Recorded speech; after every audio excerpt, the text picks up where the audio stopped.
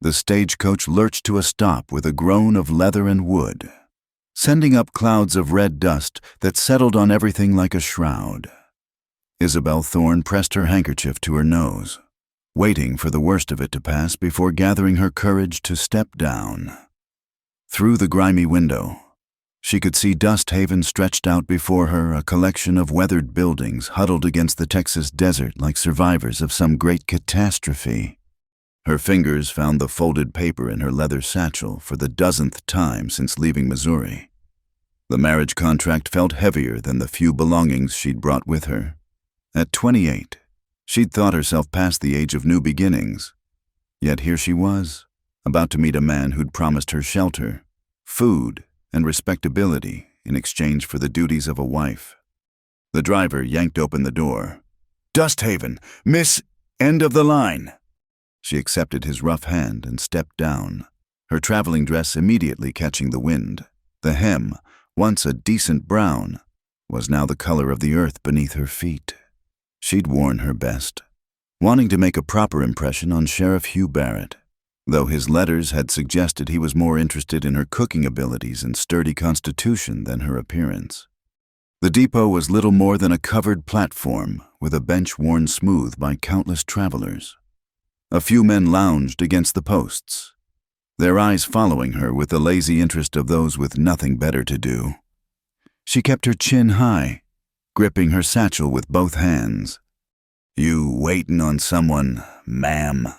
The station agent peered at her through spectacles held together with wire. "Sheriff Barrett, he's expecting me." The man's eyebrows climbed toward his receding hairline. "That's so, well, I'll be—" He glanced at the other men, who suddenly found the horizon mighty interesting. "You might want to take a seat. Could be a wait." But Isabel remained standing, her back straight despite the exhaustion that pulled at her bones. She'd traveled for 6 days, sleeping upright in coaches and eating cold biscuits when she could stomach them. Her mother would have been appalled at the state of her hair escaping its pins, dust in every crease of her clothing, the smell of travel clinging to her like a second skin. Mother, the thought brought the familiar ache. 8 months now since consumption had finally won its long battle. 8 months of trying to keep the farm going alone, of watching the bank notices pile up, of neighbors' pitying looks. When Sheriff Barrett's advertisement in the Matrimonial Times had arrived through her cousin Martha, it had seemed like divine providence. A lawman needed a wife. She needed a home. Simple arithmetic. The October wind cut through her jacket, carrying the scent of sage and something else cattle, perhaps, or horses, different from Missouri's green smell. Everything here seemed stripped down to its bones, honest in its harshness. She supposed she'd have to become the same. Isabel Thorne. She turned to find a man standing a few feet away. Not the sheriff, she could tell that immediately. This man was younger, perhaps 35, with the kind of deep tan that spoke of years under the sun. His clothes were clean but worn, the shirt mended at the shoulder with careful stitches, a working man's clothes. "Yes, and you are Levi Cade." He didn't offer his hand, just touched the brim of his hat. "Sheriff sent me to fetch you." Something cold settled in her stomach. "Is he unwell?" "Busy." The word came out flat, giving nothing away. "Asked me to see you to his place." The station agent made a sound that might have been a cough or might have been something else entirely. Levi Cade's jaw tightened almost imperceptibly. "I see." Isabel heard her own voice, steady and proper, her mother's training holding even now. "That's very kind of you, Mr. Cade." He reached for her bag, and for a moment their hands almost touched. He pulled back, letting her keep hold of it. "Wagons this way." She followed him past the depot to where a sturdy wagon waited, pulled by 2 horses that looked better cared for than most of the buildings in town. He helped her up with impersonal efficiency, his hands careful not to linger. As he walked around to climb up beside her, she caught him glancing back toward town, his expression unreadable. They rode in silence for several minutes, the wheels creating their own rhythm against the packed earth. Isabel found herself studying him sideways, the way he held the reins loose but ready, the slight squint against the late afternoon sun, the patient set of his shoulders. He had the look of someone who'd learned to wait for things, who understood that pushing didn't always get you there faster. "How long have you known the sheriff?" she finally asked. "Long enough." "And you work for him?" "Work near him. I've got a place up on Mesquite Ridge. Horses, mostly." "I see." Though she didn't, not really. Why would the sheriff send a neighbor to collect his bride? The unease that had started at the station grew stronger. "Is it far to his home?" "Not far." The town proper wasn't much a main street with false-fronted buildings trying to look more impressive than they were. Murphy's General Store, the Bitter Creek Saloon, a barber shop with its striped pole faded to pink and gray. Women in calico dresses stopped their errands to stare as the wagon passed. Isabel kept her eyes forward. Though she felt their judgment like stones, they turned down a side street, past smaller houses that grew shabbier with each block. Finally, Levi pulled up before a structure that made her heart sink. The sheriff's house squatted behind the jail like an afterthought, its boards weathered gray and gaps showing between them. A scraggly garden had gone to seed in the side yard. Empty bottles glinted in the weeds. "This is it." Levi's voice held something not quite apology, not quite warning. She climbed down before he could help her, needing to stand on her own feet for this. The front door hung slightly crooked, through a window filmed with dust. She could see dim shapes of furniture. "Shall I wait?" Levi asked. "No." She made herself smile, the expression feeling brittle as old paper. "Thank you for your trouble. Mr. Cade, I'm sure the sheriff and I have much to discuss." He studied her for a long moment, and she had the uncomfortable feeling he saw through her careful composure to the fear beneath. "If you need anything." He stopped, shook his head. "My place is about 3 miles north, up where the ridge starts. White fence posts mark the turn." "That's kind, but I'm sure I'll be fine." "Sure you will." He touched his hat again and clicked to the horses. She waited until the wagon disappeared around the corner before approaching the door. Her knock echoed hollow. When no one answered, she tried again. Harder. "It's open." The voice from inside was rough, slurred at the edges.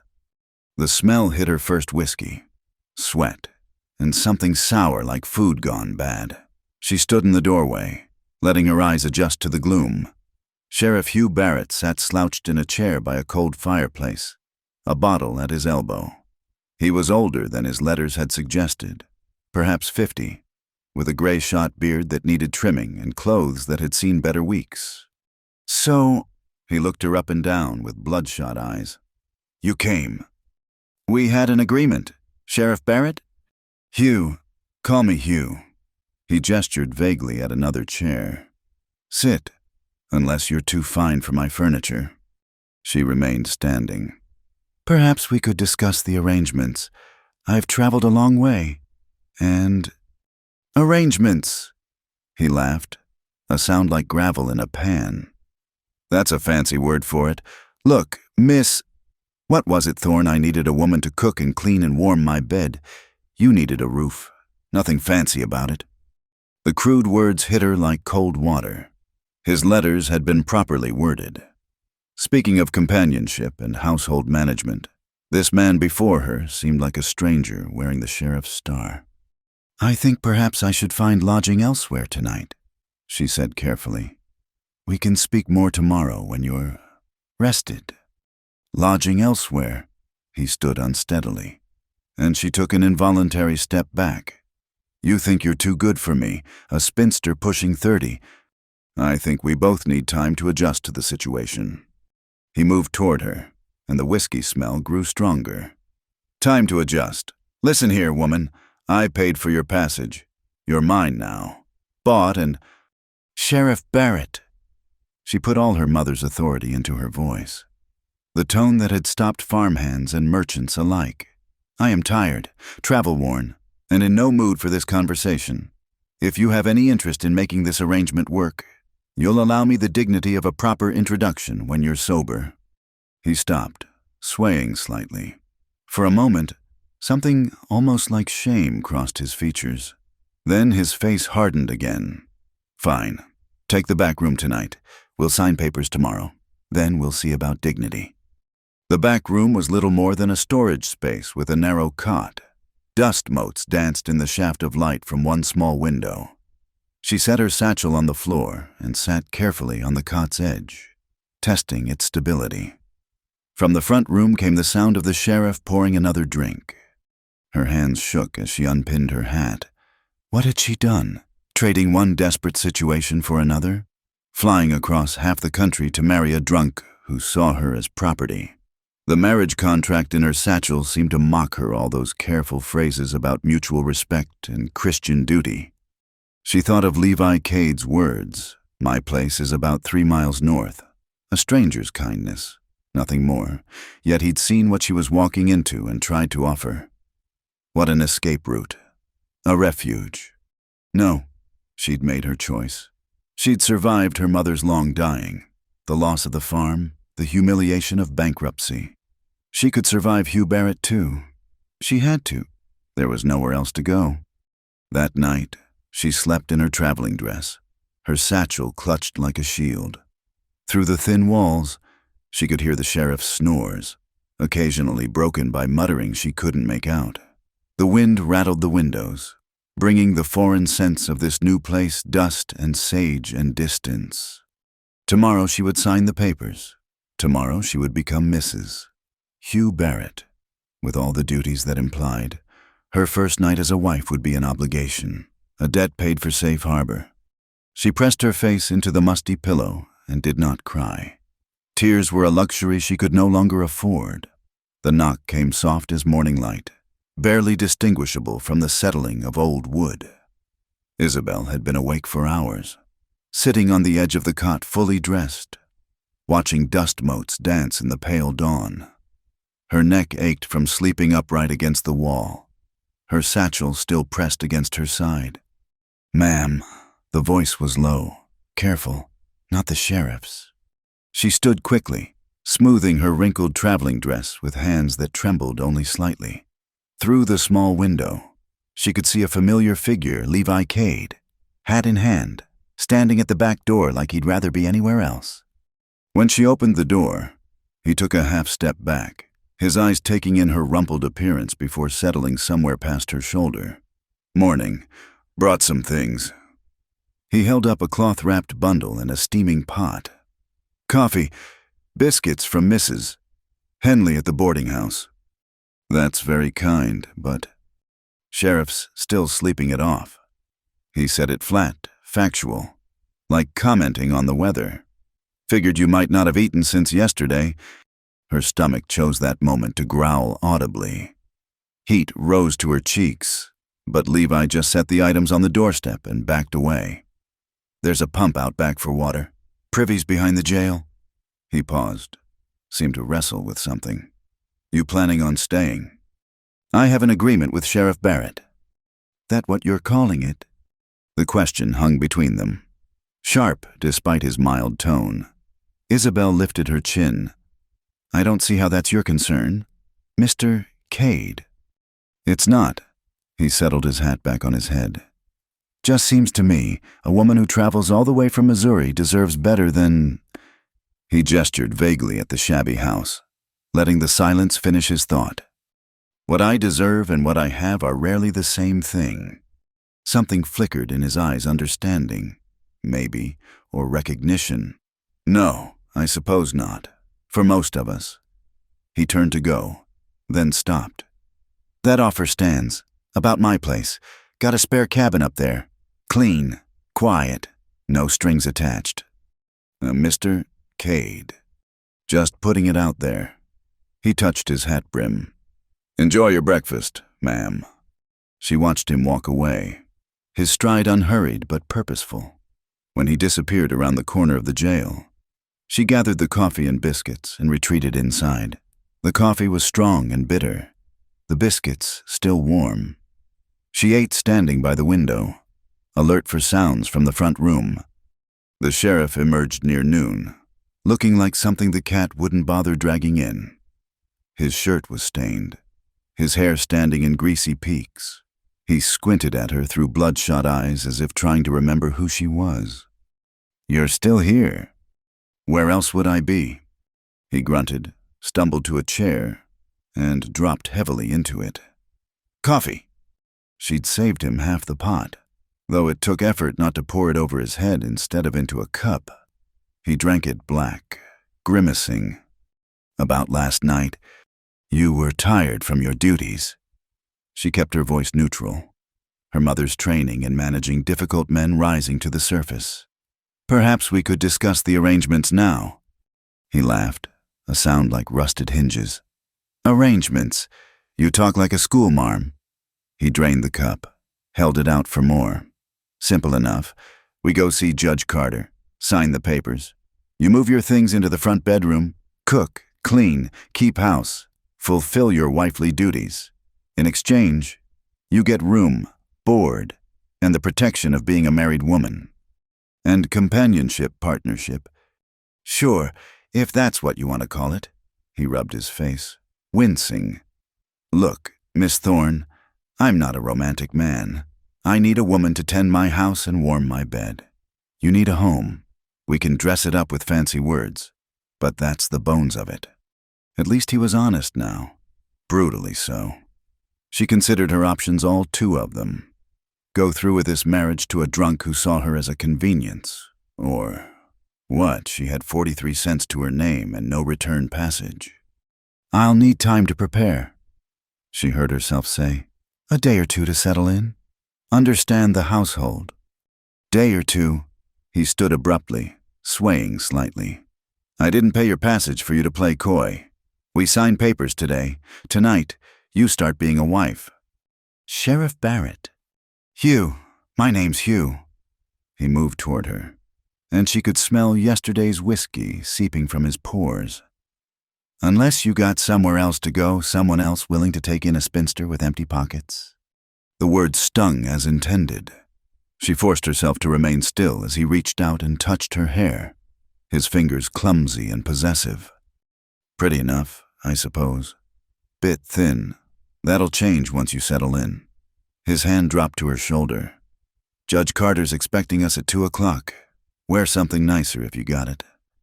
A knock at the front door interrupted whatever else he might have said. He cursed, stumbled toward it. "What?" "Sheriff, we got trouble at Murphy's." The voice was young, nervous. "Mister, Murphy says someone broke into his storeroom last night, took flour, beans, some tools." "Christ almighty." Hugh grabbed his hat, jammed it on his head. "Can't a man get married in peace?" He looked back at Isabel. 2:00. Be ready." The door slammed behind him. Isabel sank into the nearest chair, her legs suddenly unsteady. The house felt smaller with him gone, but also safer. She could breathe again. She forced herself to move, to explore this place that would be her home. The kitchen was a disaster, dirty dishes piled high, food crusted on the stove, mice droppings in the corners. The front bedroom he'd mentioned reeked of unwashed man and stale whiskey.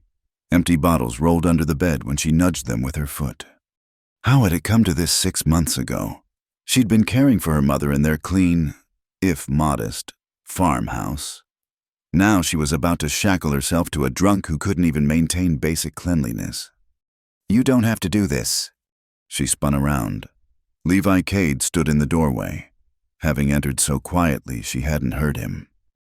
"Mr. Cade, you can't just—" "Door was open. Sheriff asked me to check on you." His eyes took in the squalid room, his jaw tightening. "This is no place for you." "It's the place I have—" "No, it's the place you're choosing." He stepped into the room, careful to maintain distance between them. "I know you don't know me from Adam, but I can't stand by and watch this happen. That spare cabin I mentioned, it's yours if you want it. No expectations, no obligations, just a place to stay while you figure things out." "Why?" The word came out sharper than intended. Why do you care what happens to a stranger? He was quiet for a long moment, looking out the grimy window. Maybe because I know what it's like to feel trapped, to think you don't have choices when you do. He turned back to her. Hugh Barrett's not a bad man when he's sober. Problem is, he hasn't been sober in 2 years, not since his first wife died. His letters never mentioned being a widower or being a drunk. Levi's smile held no humor. Man's good at leaving out important details, like how Elizabeth died trying to leave him, fell down the stairs running from one of his rages, like how he drinks himself blind most nights and takes it out on whoever's handy. Ice formed in Isabel's chest. You're saying I'm saying you deserve to know what you're signing up for, and I'm offering you another option. He moved toward the door, stopped. Think about it. 2 o'clock's still an hour away. After he left, Isabel stood in the center of the filthy room, her mind racing. Stay and marry a violent drunk for the security of being a wife, or trust a stranger's offer and risk. What scandal ruin? She almost laughed. What reputation did she have left to protect? She thought of her mother, always so proper, so concerned with appearances. A lady maintains her dignity in all circumstances, she'd say, even when the bank came to take the furniture. But dignity didn't fill an empty stomach or keep the rain out. Still, the thought of tonight, of Hugh's hands on her, of submitting to him in that filthy bed. Her feet made the decision before her mind caught up. She grabbed her satchel, left the house with its sagging roof and sour smell. The street was quiet in the midday heat. A few people noticed her passing, but she kept her head high, walking with purpose even though she had no idea where Levi had gone. 3 miles north, he'd said, where the ridge started. She'd made it to the edge of town when she heard horses. Hugh Barrett rode toward her, his deputy beside him. His face was thunder. Going somewhere, Miss Thorne. I needed air. Air. He dismounted, grabbed her arm hard enough to bruise. You trying to make a fool of me? Everyone knows I got a bride coming. You think you can just walk away? Let go of me. Like hell. His grip tightened. We're going to see Judge Carter right now. Then you're going to learn what happens when... Sheriff.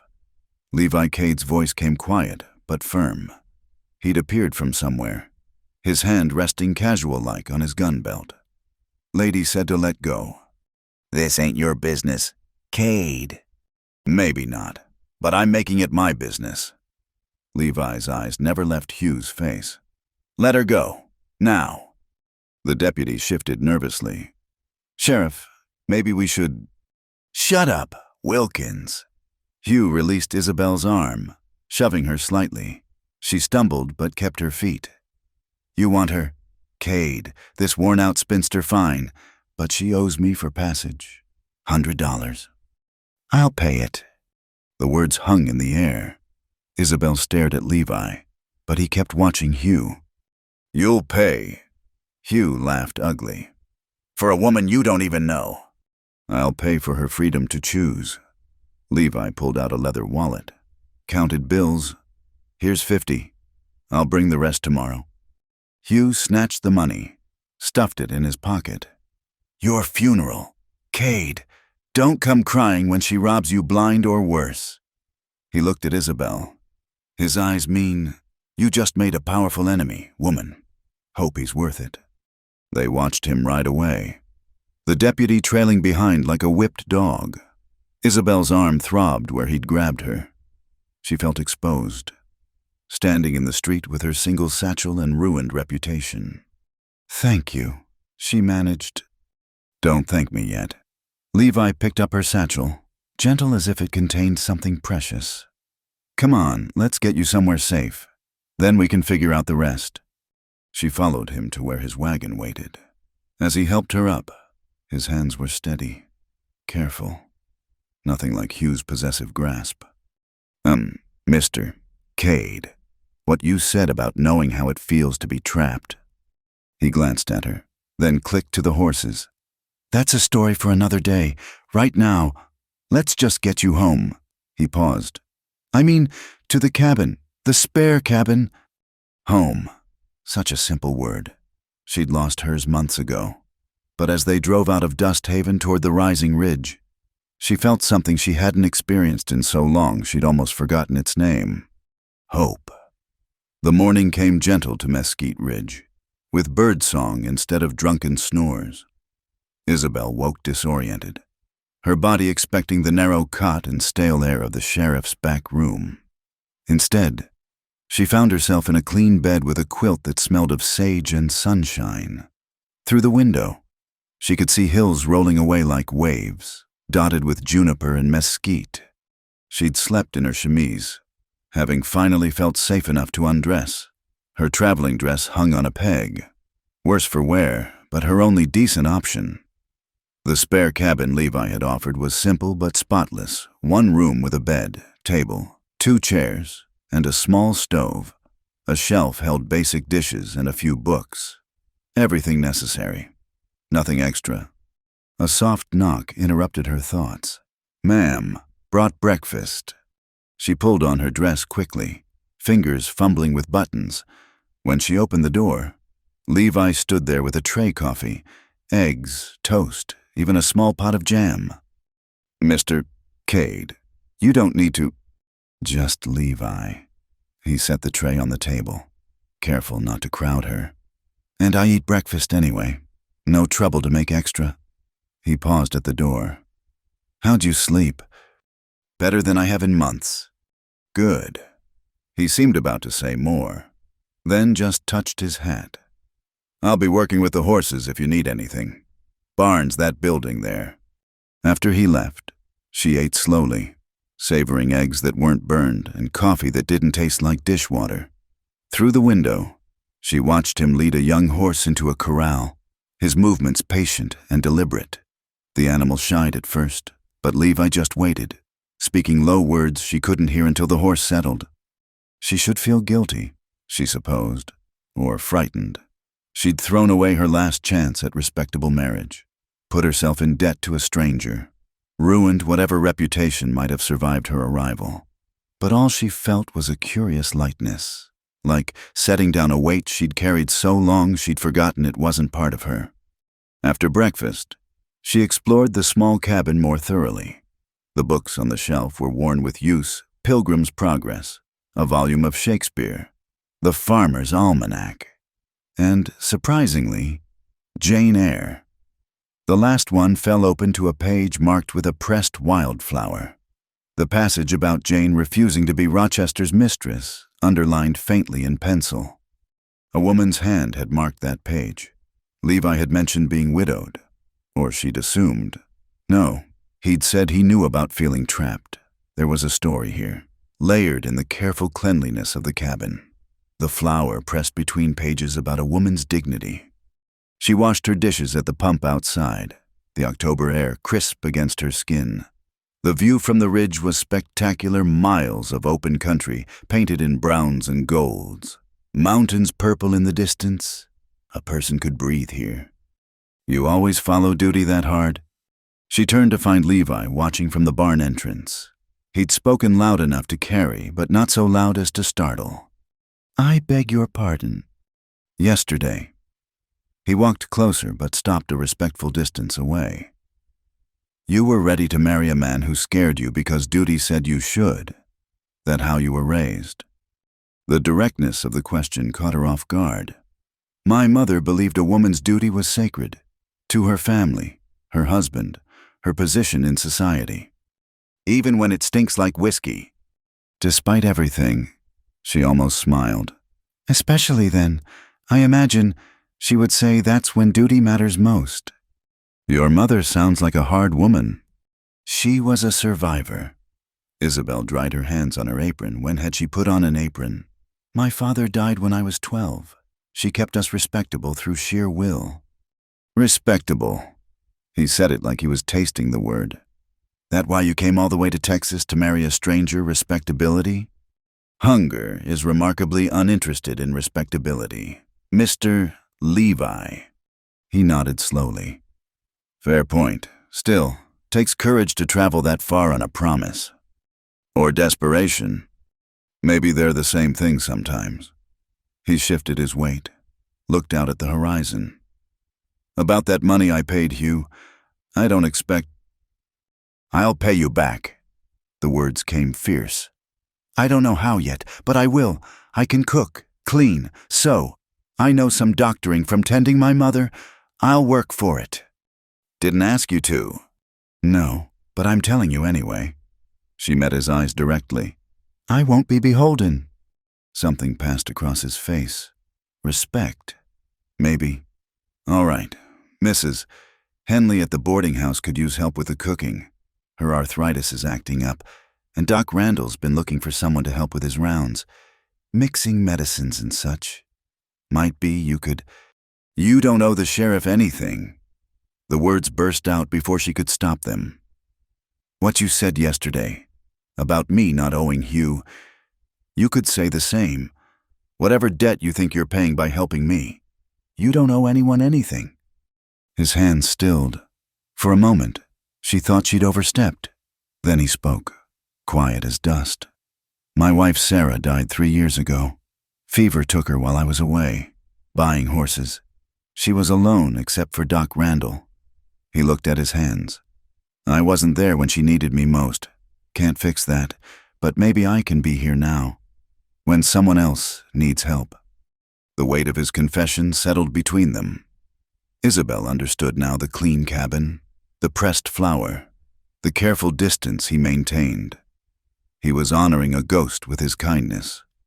I'm not her, she said gently. I know that. He looked up, managed a half smile. You're too tall, for one thing, and Sarah never could stand coffee. Tea only, with enough sugar to founder a horse. Scandalous. That's what I said. The smile became more real. Come on, let me show you the rest of the place. If you're staying, might as well know your way around. He walked her around the property, maintaining that careful distance but warming to his subject. The main barn held 6 horses in various stages of training. A smaller corral held a mare with a new foal, all legs and curiosity. The main house sat a 1/4 mile from her cabin, modest but well-maintained. Built the spare cabin for Sarah's sister, he explained. She was supposed to come help when the baby... He stopped, cleared his throat. Anyway, she never came. Been empty since. Another layer of loss. Isabel wondered how many ghosts walked this ridge with him. It's beautiful here, she offered. Peaceful.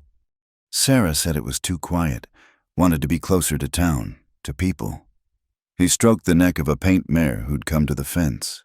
I kept meaning to move us. Never got around to it. Some things aren't meant to be rushed. He glanced at her, surprised maybe by the understanding in her voice. No, I suppose not. They spent the afternoon in companionable work. She helped him feed the horses while he explained their temperaments, their training. His hands were gentle with the animals, his voice patient even when a young stallion tried to nip. You don't flinch around them, he observed. Most town women are scared of anything bigger than a lapdog. We had draft horses on the farm. Belgians, mostly. Big as houses and sweet as pie if you knew how to handle them. You miss it, the farm. I miss having a purpose, something that's mine to tend. She watched the foal nursing, its tail swishing contentedly. Though I suppose that's what I was trying to find with... She gestured vaguely toward town. Hugh, he said the name flat. You know he'll make trouble. He's not one to let go of a grudge. I've dealt with difficult men before. Not like him. Levi's jaw tightened. Hugh Barrett's got a mean streak when he's drinking, and he's always drinking these days. Then why is he still sheriff? Because the town council's scared of him, and because when he's sober, he's actually good at the job. Or was. He led her away from the corrals toward a small garden plot. Sarah planted this. I've tried to keep it going, but... The garden was more weeds than vegetables, though she could see the bones of what it had been neat rows, a border of stones, stakes for tomatoes long since gone to seed. Would you mind if I worked on it? The question surprised them both. I mean, if I'm staying for a while. Seems a shame to let it go completely wild. You want to tend Sarah's garden. I want to tend a garden. It happens to have been Sarah's. She knelt, crumbling soil between her fingers. Good earth here. Better drainage than we had in Missouri. Do whatever you like with it. His voice was rough. Sarah would. She'd appreciate someone caring for it. That evening, they ate dinner at his kitchen table, a simple meal of beans and cornbread, but better than anything she'd had in weeks. He asked about Missouri, about the farm, careful questions that didn't pry too deep. She found herself telling him about her mother's illness, the slow decline, the mounting debts. She held on until after harvest. She said, I think she knew I'd need the money from the corn to pay for her burial. Practical to the end. Yes, she smiled, surprised she could. She would have hated Texas. All this space, nothing proper about it. What about you? You hate it. She considered, looking out the window at the vast sky turning purple with sunset. No, it's honest, hard and dry and unforgiving, but honest. I think I could learn to love that. After dinner, he walked her back to her cabin, the evening cool enough to need her shawl. At her door, he stopped. Tomorrow's Sunday. If you're inclined, there's a church in town. Nothing fancy, but Reverend Mills is a good man. Will there be talk about this? She gestured between them. Probably, but there'd be talk anyway. Might as well give them something true to gossip about. He touched his hat. Good night, Isabel. Good night, Levi. Inside, she lit the lamp and sat at the small table. For the first time in months, she didn't feel the weight of tomorrow pressing down. She had a clean bed, a roof that didn't leak, work for her hands, and, strange as it seemed, a friend. She pulled paper from her satchel and began a letter to her cousin Martha. I have not married Sheriff Barrett, she wrote. I have found something better instead, a chance to choose who I become. Through the window, she could see lamplight in Levi's house. Was he reading, working on harness, thinking of Sarah she didn't know? But somehow, that not knowing felt like possibility instead of fear. Come spring, the garden would bloom again, and maybe, just maybe, so would she. The horses picked their way up the rocky trail, sure-footed despite the loose shale. Isabel gripped the saddle horn, trying to match Levi's easy rhythm. He'd insisted she needed to know the land if she was staying, and after a week of settling in, she'd agreed to this tour of the ridge country. Relax your shoulders, he called back. Buttercup knows what she's doing. Buttercup, a name surely given by Sarah for this steady bay mare. Everything here carried echoes of the woman who'd died 3 years past. Yet somehow it didn't feel like competing with a ghost. More like inheriting a friend's careful work. They climbed higher, the October air sharp with pine and sage. Below them, Dust Haven looked small as a child's toy town, its buildings scattered like blocks along the main street. Up here, the world opened wide red rock formations, twisted junipers, sky so blue it hurt to look at. This is the boundary, Levi said, dismounting near a cluster of white-painted posts. My land runs from here down to Miller's Creek, 800 acres, give or take. All this, she slid down from Buttercup, legs unsteady after the long ride. How do you manage it alone? I hire hands during roundup. Rest of the time, it's just me and the horses. He loosened his horse's girth, letting the animal breathe. Sarah used to say I preferred horses to people. Might have been right. They're simpler, Isabel agreed, stroking Buttercup's neck. Horses don't lie or pretend. They're afraid or they're not. They trust you or they don't. Spoken like someone who understands them. He pulled out a canteen, offered it to her first. You could help with the training if you're interested. I could teach you. The offer surprised her. Women don't typically train horses. Women don't typically travel alone to Texas to marry strangers either. His smile took any sting from the words. Besides, you've got good hands, steady, Horses noticed that. They sat on a flat rock, sharing water and the dried apples he'd packed. The silence between them had grown comfortable over the past week, no longer something to fill with nervous chatter.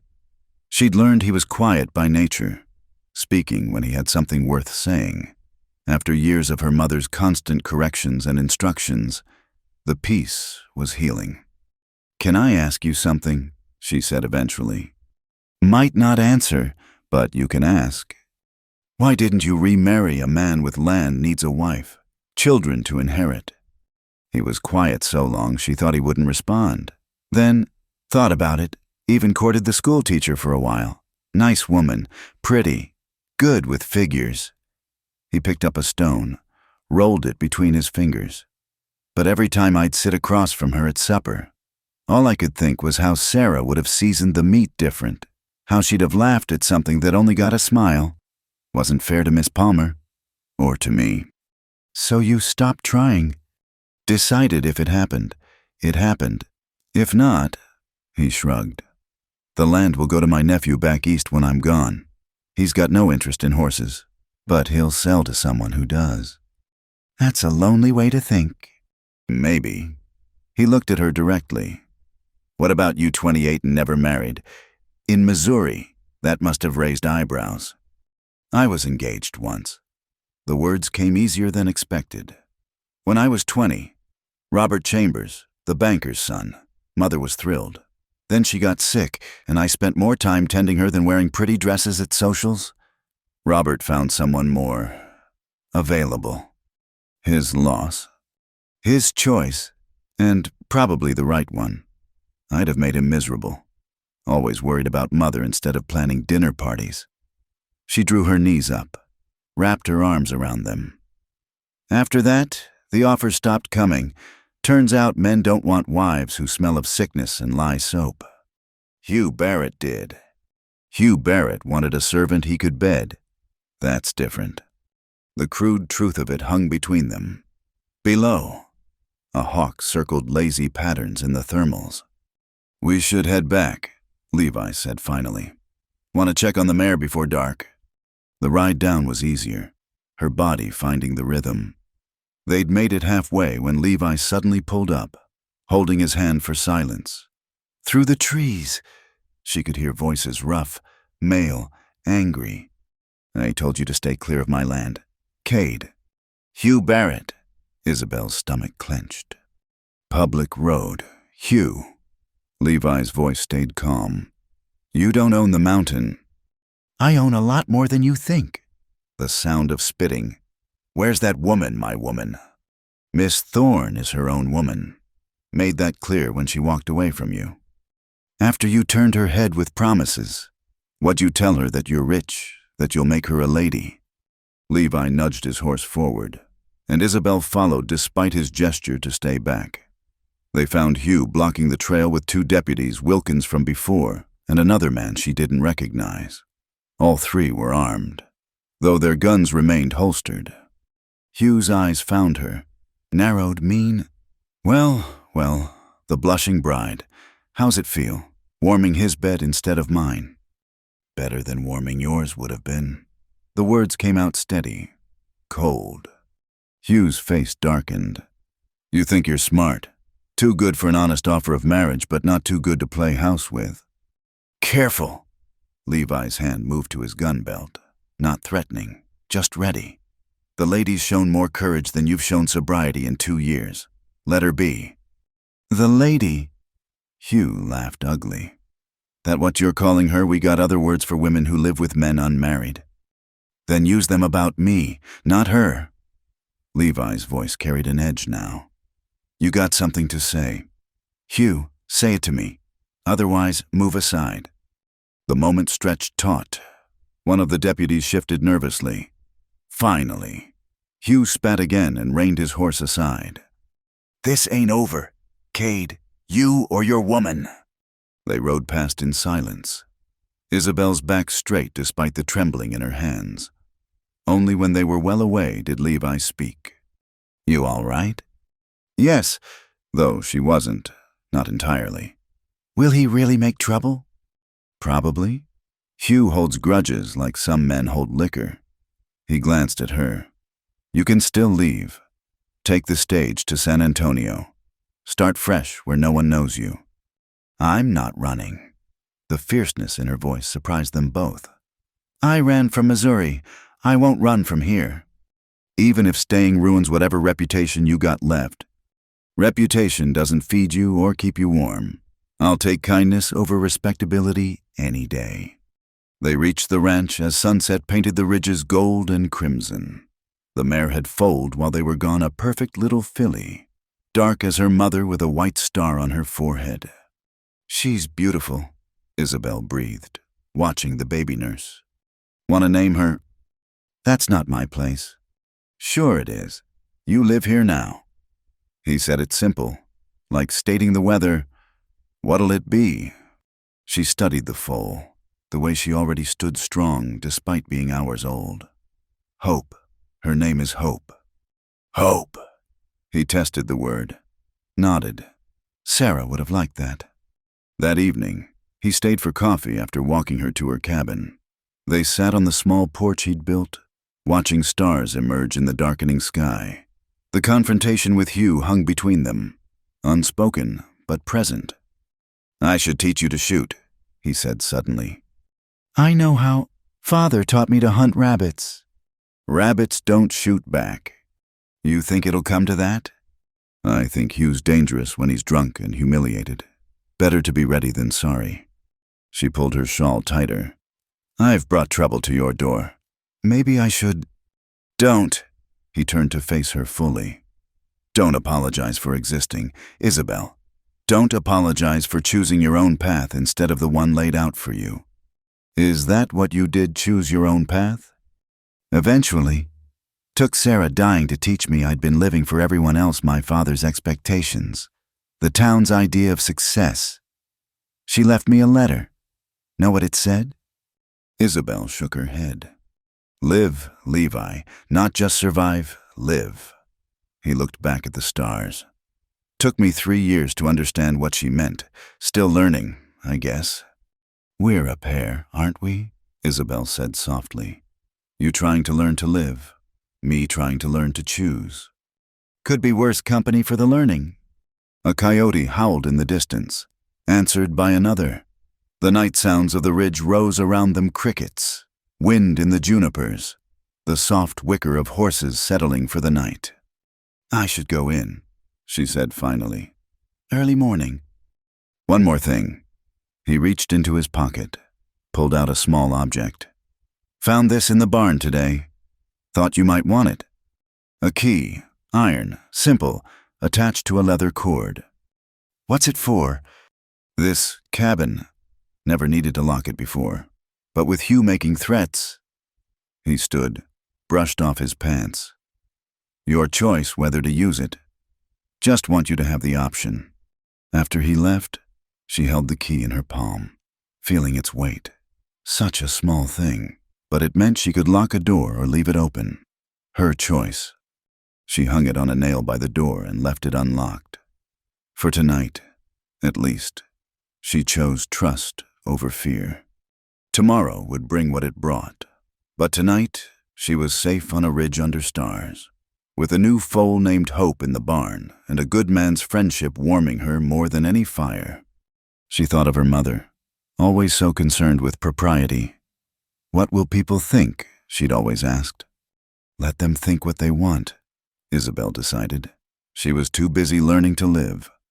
The November wind carried winter's promise as Isabel hung fresh curtains in the cabin window.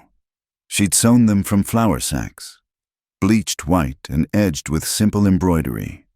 Through the glass, she could see Levi working with a young stallion, his movements patient, as always. 3 weeks had passed since her arrival, and she'd settled into a rhythm: mornings in the garden, afternoons helping with the horses, evenings mending or reading by lamplight. You've done wonders with this place. She turned to find Martha Henley in the doorway, basket in hand. The boarding house owner had become an unexpected ally, offering Isabel work and friendship despite the scandal of her living arrangements. Mrs. Henley, I didn't hear you arrive. Brought you some preserves. My plum jam won first prize at the county fair 3 years running. The older woman set her basket on the table, eyes taking in the improvements. Clean curtains, pressed tablecloth, flowers in a jar. You're making a home here. It's Levi's property. I'm just nothing. A home is more than property. Girl, it's care and attention and someone giving a damn. Martha settled into a chair with the authority of age. How's he treating you? Like a perfect gentleman. Too much so, according to town gossip. Martha snorted. Town gossip would have you either married or ruined by now. The fact that you're neither has them all twisted up. Isabel poured coffee, grateful for the company. I've brought scandal to his door. Sometimes I think I should what run off? Marry the first man who'll have you to save your reputation. Martha's eyes were shrewd. Seems to me you tried that already. This is different. Yes, because this time you're choosing. Martha sipped her coffee, nodded approval. You make this strong enough to float a horseshoe. Good. Men appreciate that. She set down her cup. Speaking of men, Hugh Barrett's been making noise in town. Says Levi stole his bride, owes him for breach of contract. There was no contract, just letters of understanding. Try explaining that to a drunk with a badge. Martha leaned forward. You need to be careful, both of you. Hugh's mean when he's crossed, and he's got friends. Before Isabel could respond, they heard horses approaching. Through the window, she saw 3 riders, not Hugh, but neighbors from the valley. Levi met them by the barn, and even from here she could see the tension in his shoulders. I should go, Martha said, but Isabel caught her arm. Stay, please. They watched as the men talked, gestures growing animated. Finally, Levi nodded and shook hands. The riders left, and he walked toward the cabin, face thoughtful. Trouble? Martha asked as he entered. Maybe, maybe not. He removed his hat, nodded to Martha. Mrs. Henley. Don't dance around it. Levi, Cade, what did they want? He glanced at Isabel. There's a barn social Saturday night, harvest dance. Tom Morrison says folks are expecting us to attend. Expecting? Isabel felt her stomach tighten. Way he put it, half the town wants to see if we'll show our faces. Other half is betting we won't dare. He ran a hand through his hair. Also said Hugh's been drinking heavy, talking about defending his honor. You don't have to go, Martha said quickly. No shame in avoiding trouble. No, Isabel said, surprising herself with a firmness. We go. I won't hide like I've done something wrong. Levi studied her. You sure there'll be talk, stares, maybe worse? Let them stare. She lifted her chin. I've done nothing but accept kindness from a good man. If that's scandal, then I'll wear it. Martha cackled. There's the backbone I was hoping to see. About time. She stood, gathered her basket. I'll spread word you're coming, and I'll make sure some of the decent folks know the real story, how Hugh showed his true colors, and you were smart enough to walk away. After she left, Levi and Isabel stood in suddenly awkward silence. You don't have to do this for me, he said quietly. I'm doing it for me. She moved to the stove, needing busy hands. I spent years hiding from neighbors after father died, from society while mother was sick, from life itself. I'm tired of hiding.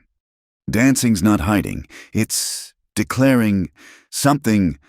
She turned to face him. Then let's declare, whatever they think we are to each other. Let them think it. The truth is our business. And what is the truth? The question hung between them, delicate as spider silk.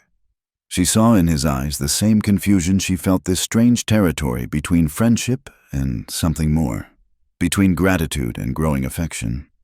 The truth is, you saved me, she said finally. Not like some knight in a story, but by offering choice when I thought I had none, by treating me as a person, not property. If that's not worth defending, I don't know what is. He nodded slowly. All right, We go to the dance, but I'm teaching you to shoot first, and you'll carry my spare derringer in your pocket." "You really think Hugh would—" "I think Hugh's lost face in a town where reputation is currency. That makes him dangerous." He moved toward the door, paused. "Wear something you can move in. Dancing and trouble both." The rest of the week passed in strange preparation. Mornings. He taught her to shoot not just rifles, but the small pistol that fit in her hand. Her aim was decent, her nerves steady. "You don't flinch," he noted after she put 6 shots in the target. "Most people anticipate the kick. I learned not to flinch a long time ago, from things worse than gunpowder." Afternoons, she worked on a dress. Her good dress was too formal, too Eastern. Instead, she remade one of her everyday dresses, adding touches of lace from an old petticoat, letting out seams to allow for movement. "Pretty," Levi said, catching her holding it up to the light. "Practical," she corrected. "You said to wear something I could move in." A woman can be both, pretty and practical. The compliment, mild as it was, warmed her more than it should have. Saturday came crisp and clear. Isabel dressed carefully, pinning her hair in a simple style that wouldn't come loose if she had to run. The derringer sat strange and heavy in her pocket. Levi knocked at sunset, and she opened the door to find him transformed. Gone were the work clothes. He wore a clean white shirt, dark vest, string tie. His boots were polished, his hair damp from washing. "You clean up well," she said. "Sarah used to say that, usually sounded more surprised." He offered his arm. "Ready?" "No, but let's go anyway." The ride to town felt both too long and too short. The barn glowed with lantern light, music spilling out into the night. Wagons and horses crowded the yard. Through the wide doors, she could see couples already dancing. "Last chance to turn back," Levi murmured. "Never." They walked in together, and conversation stuttered like a failing engine. Heads turned. Whispers rose. Isabel kept her eyes forward, chin high, hand steady on Levi's arm. Well, Tom Morrison approached, his wife Emma beside him. "Glad you could make it. Emma's been wanting to meet Miss Thorne properly." "Mrs. Morrison," Isabel inclined her head. Emma, a small woman with kind eyes, smiled warmly. "My Tom says you've done wonders with Sarah's garden. I'd love to see it sometime." An olive branch. Isabel grasped it gratefully. "I'd be honored. Perhaps you could advise me on the roses. They're struggling. Too much water, likely. Texas roses like neglect. Remind them they're tough." Emma shot a meaningful look around the barn. "Good advice for Texas women, too." Slowly, the ice broke. Other couples approached, some curious, some genuinely friendly. The music resumed. Isabel found herself talking about gardens and horses, recipes and weather. Normal things, human things. Dance. She turned to find Levi holding out his hand. Around them, couples were forming sets for a reel. "I don't know the steps." "I'll teach you. Trust me." She took his hand. The dance was easier than she'd feared, the steps repetitive and forgiving. Levi guided her with gentle pressure, murmuring corrections when she stumbled. Around them, other couples whirled and laughed. For a moment, she could almost pretend they were just another pair, unremarkable in their ordinariness. Then the music changed to a waltz, and the crowd parted. There in the doorway stood Hugh Barrett, swaying slightly, eyes fixed on them with naked hatred. "Keep dancing," Levi said quietly. "Don't give him the satisfaction." So they danced, turning in slow circles while Hugh watched. Other couples joined them gradually, but the tension remained thick as summer honey. "Enjoying yourself?" Hugh's voice cut through the music as he approached. "Dancing with another man's woman." "Evening, Hugh." Levi's tone stayed mild. "Didn't know you danced." "I do a lot of things." Hugh's hand moved to his gun belt. Including defending what's mine. Nothing here is yours. Isabel surprised herself by speaking. Not anymore. Not ever. Really. You owe me. Levi paid what you claimed I owed. We're square. She met his bloodshot eyes steadily. Go home. Sheriff, sleep it off. Don't tell me what to do, woman. He stepped closer, and she smelled the whiskey, sour and sharp. You made a fool of me, both of you. No, Levi said quietly. You did that yourself. 2 years of drinking, neglecting your duties, living in filth. Isabel just had sense enough not to tie herself to a sinking ship. Hugh's face went red, then white. His hand dropped to his gun. Around them, people scattered. Draw, he said. Let's settle this proper. I'm not drawing on you. Hugh, you're drunk. Coward. Maybe, but I'm not killing a man over wounded pride. Levi stepped slightly in front of Isabel. Go home. We both know you're not really going to. Hugh drew, or tried to. The whiskey made him clumsy, and his gun caught on the holster. In that moment of fumbling, Isabel acted on instinct. The derringer appeared in her hand, steady and sure. Drop it! Her voice came out calm, though her heart hammered. Now! Hugh froze, staring at the small gun pointed at his chest. Around them, the barn held its breath. You wouldn't dare. Try me. She thumbed back the hammer, the click loud in the silence. I've got nothing left to lose. Sheriff, you made sure of that. For a long moment, they stood frozen. Then Hugh let his gun fall back into the holster, hands raised slightly. This ain't over. Yes, she said quietly. It is. He backed away, stumbled out into the night. Slowly, she lowered the derringer, hand beginning to shake as the moment passed. Well, Tom Morrison cleared his throat. I think we could all use some punch. The tension broke like a fever. Music resumed. People began to dance again, though many eyes followed Isabel with new interest and perhaps new respect. Where'd you learn to do that? Levi asked quietly. I didn't. I just acted. She slipped the gun back into her pocket with trembling fingers. Is it always that terrifying? Standing up for yourself, yeah, usually. He studied her face. Want to leave? No. She took a breath, steadied herself. I want to dance, properly, without guns or threats or fear. So they danced, and as they turned in the lantern light, she realized something had shifted. The worst had happened: public confrontation, drawn weapons, scandal laid bare, and she'd survived. More than survived. She'd stood her ground. You're smiling, Levi observed. I'm free, she said simply.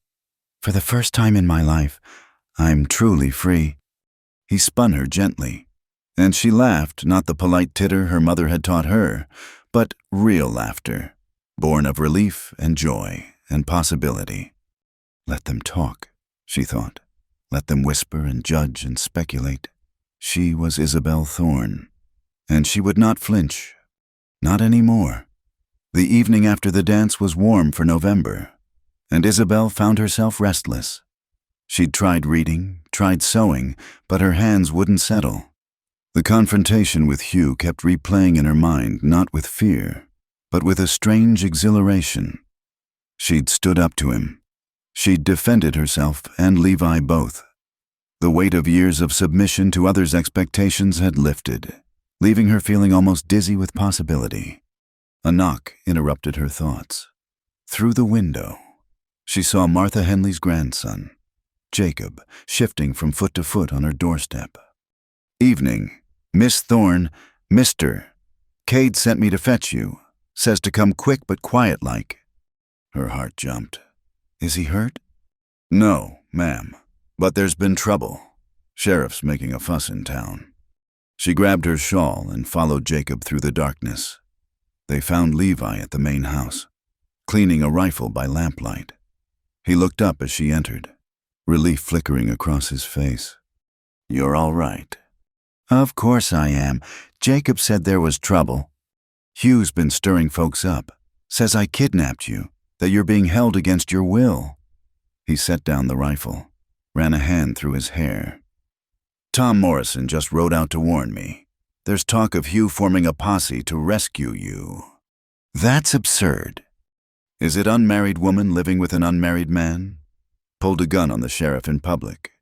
His smile held no humor. "We gave them quite a show last night." Martha appeared in the doorway, face grim. "I've been making rounds. Most folks think Hugh's talking nonsense, but he's got a few supporters, men who owe him favors or fear him." She looked at Isabel. "You need to make a statement, public, clear, that you're here by choice." "How?" "Church tomorrow. Stand up during testimony time. Tell your story." Martha's eyes were kind but firm. "I know it's not your way, speaking public about private matters, but sometimes you got to shout to be heard over lies." The thought of standing before the congregation, exposing her story to judgment, made Isabel's stomach clench. But the alternative, letting Hugh control the narrative, paint her as victim instead of survivor, was worse. "I'll do it." Levi looked at her sharply. "You don't have to." "Yes, I do." She met his eyes. "I'm tired of other people telling my story. Time I told it myself." That night, she barely slept. Come morning, she dressed carefully, her good dress, modest but well-made. She pinned her hair severely back, wanting to look respectable, serious. The derringer went in her pocket again, just in case. Levi waited with the wagon, dressed in his church clothes. "You sure about this?" "No, but I'm doing it anyway." The ride to town felt longer than usual.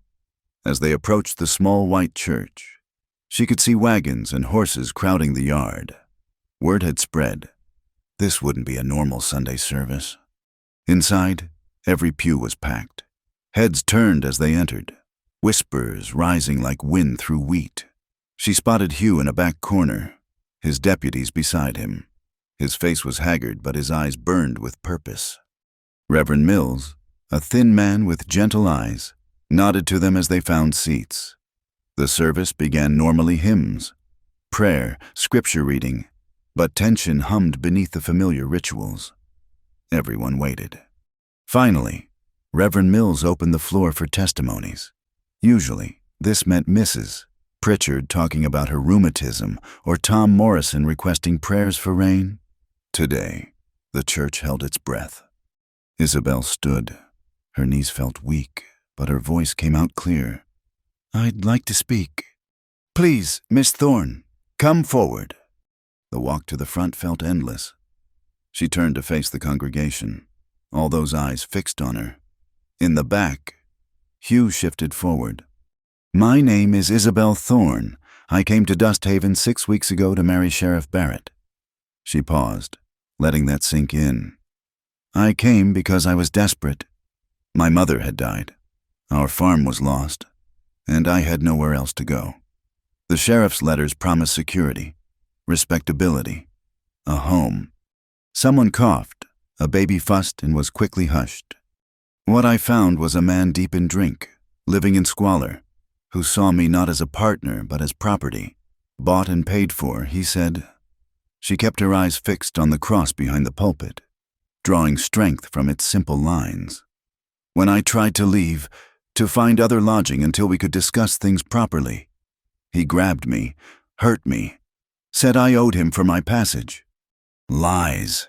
Hugh stood, face red. "She's been coached." "Sit down." "Hugh." Reverend Mills's mild voice carried surprising authority. "Let her finish." Isabel continued. "Steady now. Mr. Cade offered me sanctuary. Nothing improper, a separate cabin on his property. Work to earn my keep. He paid Sheriff Barrett the money claimed for my passage. Though no such debt truly existed, I was free to go or stay as I chose. And you chose to stay." This from Mrs. Morrison. Not unkindly. "I chose to stay. because for the first time in my adult life, I was offered choice without condition, respect without ownership, safety without servitude. She looked directly at Hugh now. I pulled a gun on Sheriff Barrett last night because he threatened that safety. I'd do it again. Silence stretched taut as a bowstring. You admit you're living in sin, Hugh burst out.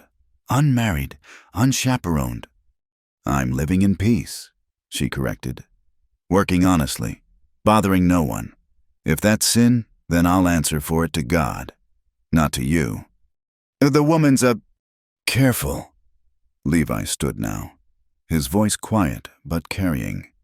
Choose your next words very careful. Hugh. The two men faced each other across the rows of pews. The congregation seemed to hold its breath. You want to call me names, Isabel said, drawing attention back to herself. Go ahead. I've been called worse. Spinster, burden, property. But I know what I am now. I'm a woman who chose dignity over desperation, work over servitude. If that makes me ruined in society's eyes, so be it. I'd rather be ruined and free than respectable and trapped. She moved a step down, then paused. One more thing. I've heard whispers about Mr. Cade taking advantage, about improper conduct. Let me be clear, he's shown me nothing but kindness and respect. He's kept distance, provided separate quarters, treated me as a human being deserving of dignity, which is more than I can say for the man I almost married. She walked back to her seat through utter silence. As she passed Hugh, he grabbed her arm. This isn't over. Yes, it is. She pulled free, kept walking. Reverend Mills cleared his throat. Well, thank you, Miss Thorne, for your candid testimony. Perhaps we should return to our regular. I got something to say. Tom Morrison stood. Hugh Barrett, you've been sheriff of this town for 8 years. For 6 of those, you served well, but since Elizabeth died, you've been drowning in a bottle, and we've all pretended not to see. Maybe it's time we stopped pretending. You don't know. I know you show up drunk to work. I know you've let outlaws slip through because you were too soused to chase them. I know you tried to buy a wife like she was cattle, then threatened her when she had sense enough to walk away. Tom looked around the church. Maybe it's time for a change. Others began standing, voicing agreement. Not everyone Hugh had his supporters, but enough. The tide was turning. Hugh stormed out, his deputies trailing behind. Through the window, Isabel watched him mount his horse and ride hard toward town. She wondered if he'd come back fighting or finally accept defeat. After service, people approached her, some with curiosity, some with judgment, but many with unexpected support. Women who'd made their own hard choices, who understood the weight of limited options. Took courage, what you did, Emma Morrison said quietly, speaking truth in front of everyone. Took desperation, Isabel corrected. Sometimes they're the same thing. As the church emptied, Reverend Mills approached. Miss Thorne, Mr. Cade, a word. They followed him to the small vestry. He closed the door, faced them with troubled eyes. I believe your account, Miss Thorne, but you must understand, your situation presents difficulties for the church. You want us to stop attending, Levi said flatly. No, but perhaps discretion arriving separately, sitting apart. Pretending, Isabel said. You want us to pretend. I want to shepherd this flock without causing division, he sighed. Hugh has friends, powerful ones. There will be pressure. On you, Levi asked, or on us? Both, I fear. They left the church in silence. The November sun felt cold despite its brightness. As they reached the wagon, Levi finally spoke. You didn't have to defend me up there. Yes, I did. They were making you sound like some villain from a penny novel. She accepted his hand up into the wagon. Besides, someone should know the truth about your kindness. Truth. He gathered the reins but didn't signal the horses. You want to know the truth when I saw you that first day at the depot, looking lost but trying so hard to hide it. I thought of Sarah, how she must have felt coming here, leaving everything familiar for a man she barely knew. I couldn't help her, but maybe I could help you. And now, he finally looked at her. Now I help you because I want to, because seeing you find your strength, your voice, it reminds me there's still good in the world worth protecting. They rode home when had she started thinking of it as home in companionable silence. As they crested the ridge, she saw riders approaching the ranch. Her hand went to her pocket, but Levi touched her wrist. "It's all right. That's Judge Carter and Marshal Banks from the county seat." The men were waiting when they arrived, badges glinting in the afternoon sun. Judge Carter, an elderly man with sharp eyes, touched his hat to Isabel. "Miss Thorne, we heard there was some excitement at church today." "You could say that." "We also heard Hugh Barrett's been making threats. Marshal Banks here has some concerns about a sheriff who can't keep his own peace." Marshal Banks, younger and clean-shaven, nodded. "I've had complaints about Sheriff Barrett for months. His drinking, his neglect of duties. Today's display was the final straw. I'm relieving him of his position, pending a full inquiry." Relief flooded through her. "He won't take that well."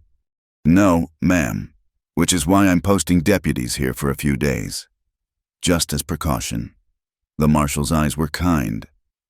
"You did a brave thing, speaking out. Not many would."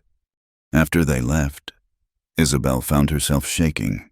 The adrenaline that had carried her through church was fading, leaving her exhausted. "Come on," Levi said gently. "You need food and rest." He insisted on cooking dinner simple fare, beans and cornbread, but seasoned well. They ate at his kitchen table as dusk painted the windows purple. "Will he really give up?" she asked. "Hugh, maybe. Losing the badge takes away most of his power, but men like Hugh, wounded pride festers. We'll need to stay careful." Such a small word to carry so much weight?" "Unless you're planning to leave now that the immediate danger's past." She looked around the kitchen at the curtains she'd mended, the herbs she'd hung to dry, the shelf where she'd arranged the dishes just so. Through the window, she could see her cabin, the garden already showing signs of recovery, the barn where hope grew stronger each day. "No," she said quietly. "I'm not planning to leave." "Good." He stood, began clearing dishes. "Because I ordered lumber to expand the chicken coop. Seems foolish to build it just to tear it down again." She smiled, recognizing the deflection for what it was, a man more comfortable with actions than words. Showing care through carpentry rather than poetry, she could work with that. She'd learned harder languages than the one Levi Cade spoke. "I'll help," she offered. "I'm good with a hammer." "Course you are." His smile was quick but warm. "Is there anything you're not good at?" "Sitting quiet when men tell lies about me, apparently." Thank God for that. As she walked back to her cabin later, the marshal's deputies visible at their posts, she thought about the day's events.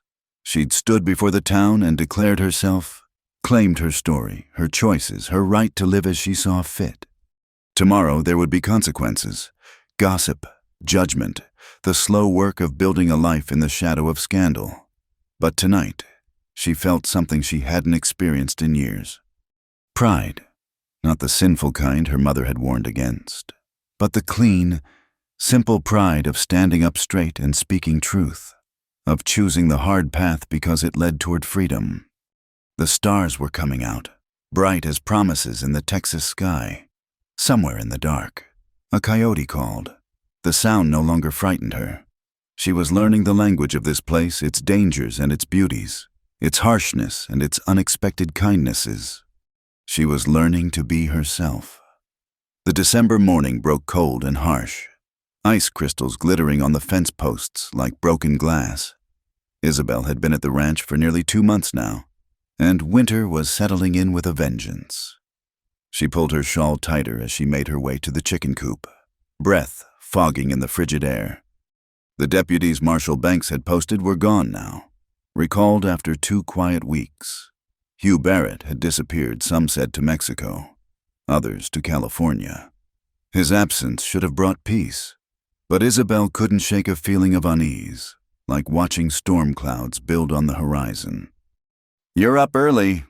She turned to find Levi by the barn, saddle in hand. Dark circles shadowed his eyes. "So are you. Couldn't sleep." "One of the mares is close to foaling. Been checking on her." He set down the saddle, flexed his hands. "Coffee." They'd developed this routine morning coffee together before the day's work began. What started as politeness had become something she looked forward to, these quiet moments before the world demanded their attention. Inside his kitchen, she noticed him favoring his right shoulder as he reached for cups. "You're hurt." "It's nothing. Sunrise spooked when I was checking her last night. Caught me against the fence." "Let me see. Isabel." "Don't argue." She moved behind him, hands gentle but insistent.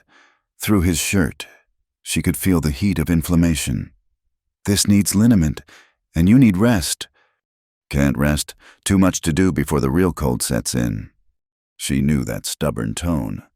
"Then let me help more. I can handle the morning feeding."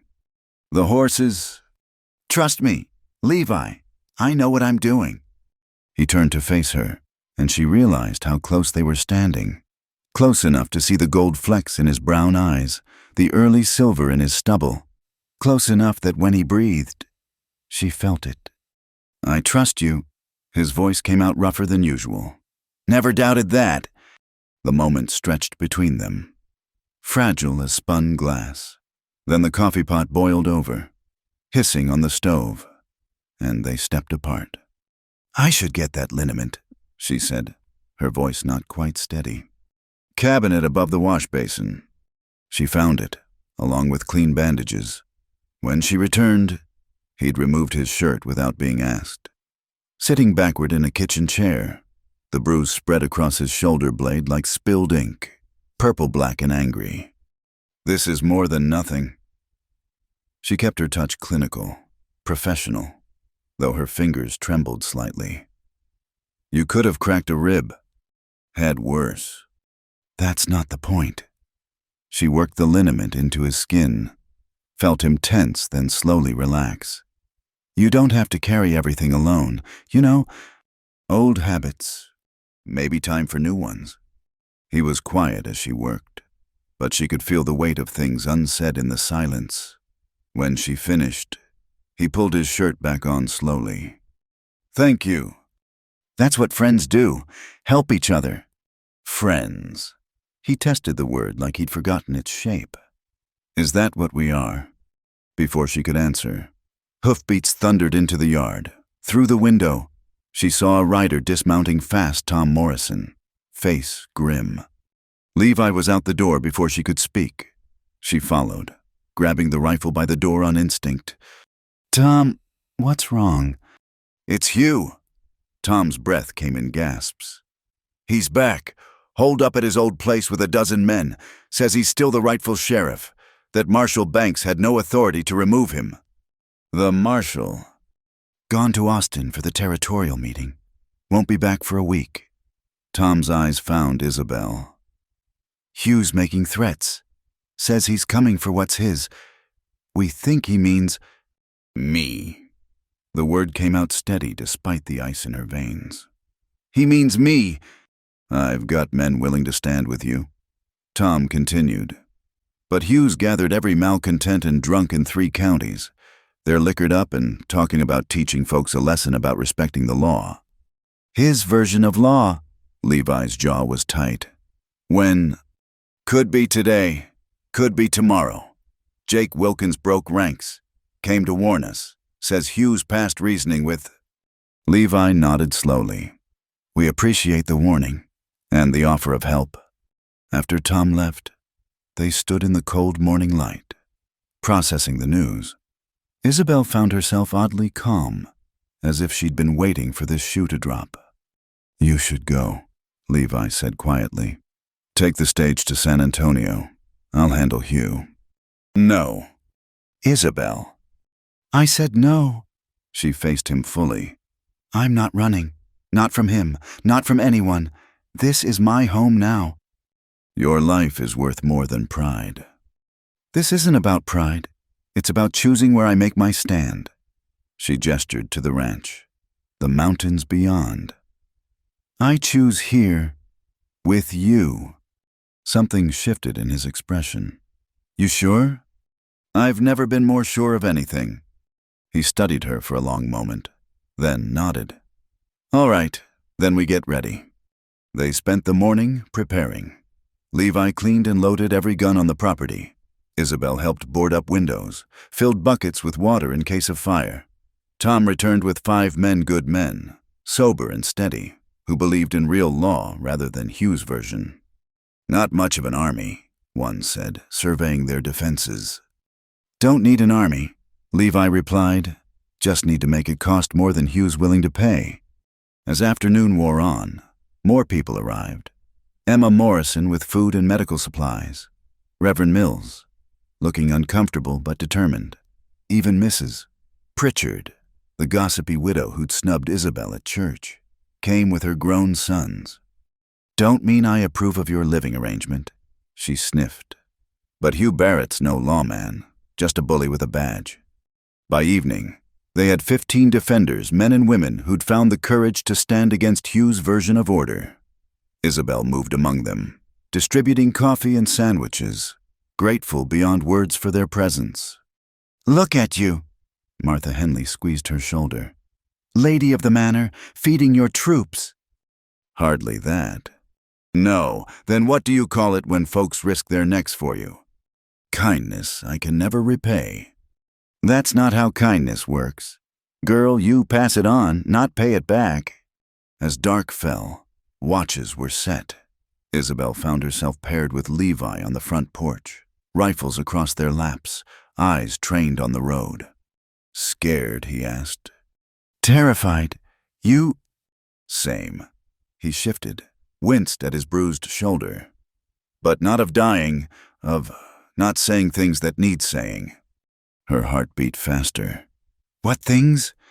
You asked if we were friends earlier. He kept his eyes on the darkness. Truth is, I don't know what we are. I know you came here as refugee. I know I offered shelter expecting nothing. But somewhere along the way, things changed. She finished for him, her voice soft. I know. I feel it too. Do you? He turned to her then. Because I need to know if it's just gratitude you feel, if it's just thankfulness for a roof and safety. I couldn't bear. It's not. She set down her rifle, took his hand.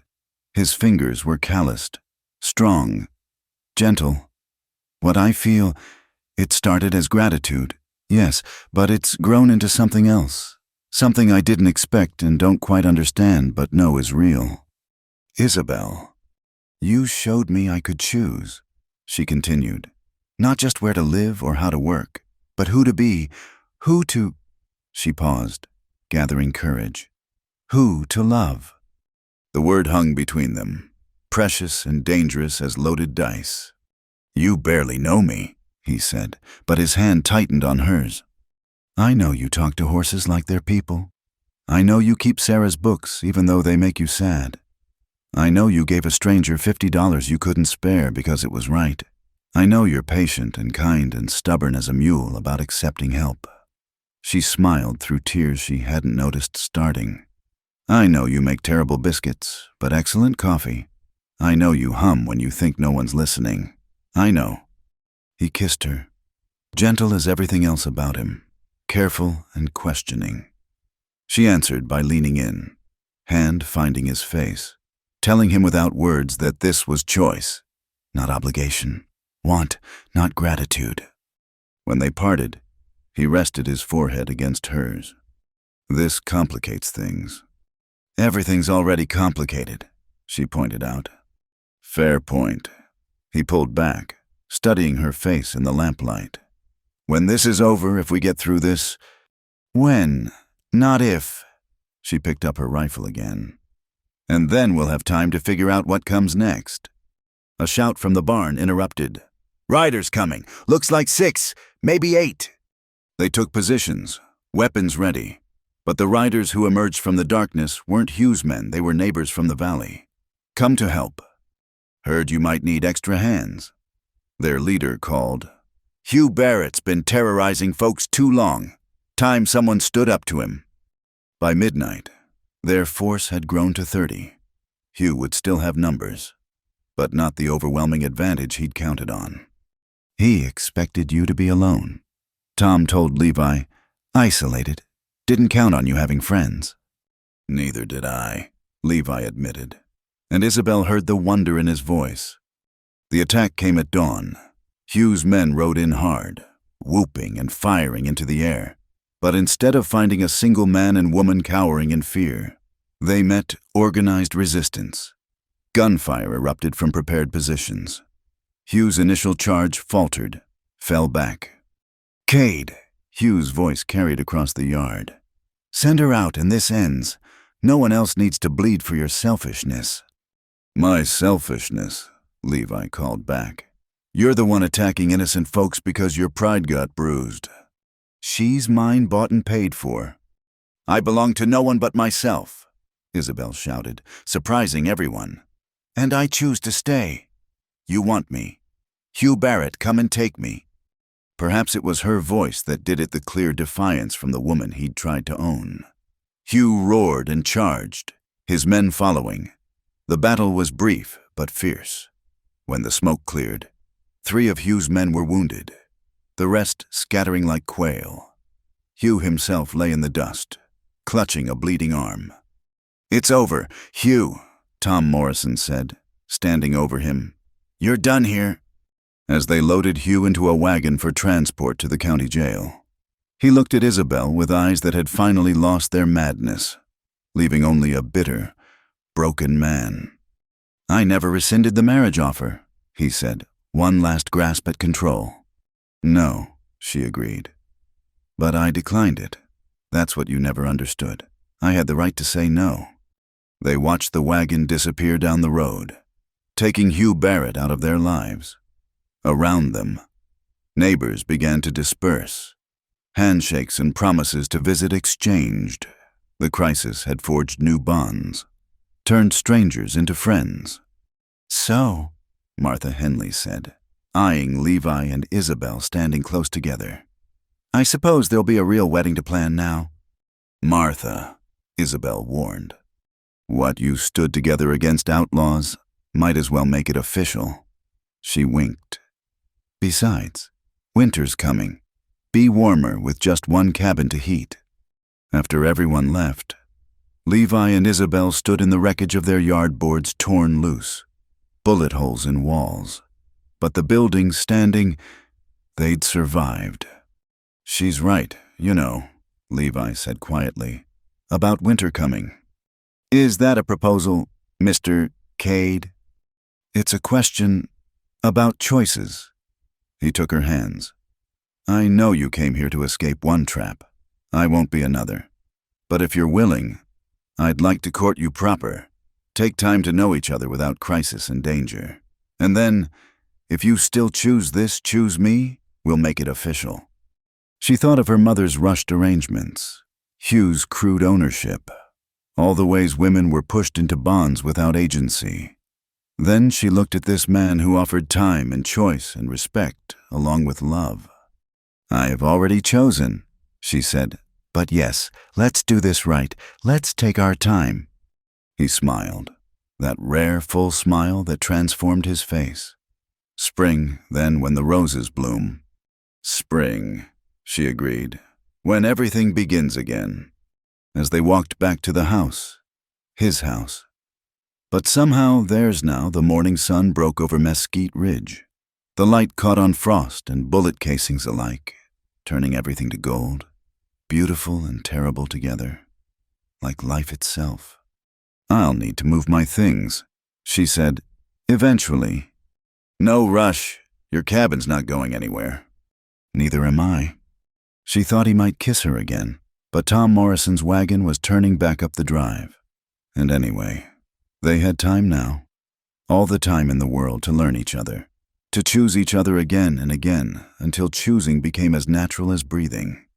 "Forgot to mention," Tom called. "Town council met last night. We need a new sheriff. Job's yours if you want it. Levi." Levi looked at Isabel, question in his eyes. She nodded. "I'll think about it," he told Tom. "Talk it over with my partner." Partner? Yes, Isabel thought. That's what they were now. Partners in this wide, wild land that demanded courage but rewarded it with freedom. She'd traveled so far to find home, only to discover it wasn't a place but a choice, renewed each day, to stand beside someone who saw her truly. Winter was coming indeed, but for the first time in her life, Isabel Thorne looked forward to weathering it. The blizzard struck 3 days before Christmas with a fury that turned the world white and shapeless. Isabel had seen storms in Missouri, but nothing like this wind that screamed like a living thing. Snow falling so thick she couldn't see the barn from the kitchen window. Levi had ridden out that morning to check on a mare he'd moved to the far pasture, worried she might foal early in the cold. That was 6 hours ago. "He knows these mountains," Martha Henley said, but her hands twisted her apron. She and Doc Randall had been caught at the ranch when the storm hit, having come to check on Isabel after she'd mentioned feeling poorly. Probably holed up somewhere safe. But Isabel knew every shelter between here and the far pasture. None would hold against this kind of storm. She paced the kitchen, pausing at the window though she could see nothing but white. "I'm going after him." "Don't be foolish, girl." Doc Randall's voice was firm. "You'll just get lost too. Then we'll have 2 people to worry about." "I know the route. I've ridden it 12 times." "Not in this. This storm's a killer." Martha caught her arm. "Levi survived worse. Have faith." Faith. Isabel wanted to laugh. She'd had faith in her father's promises, her mother's certainties, Hugh's letters. Faith had brought nothing but disappointment. What she had now was something different: knowledge of a good man who might be dying in the cold because he cared too much about a horse.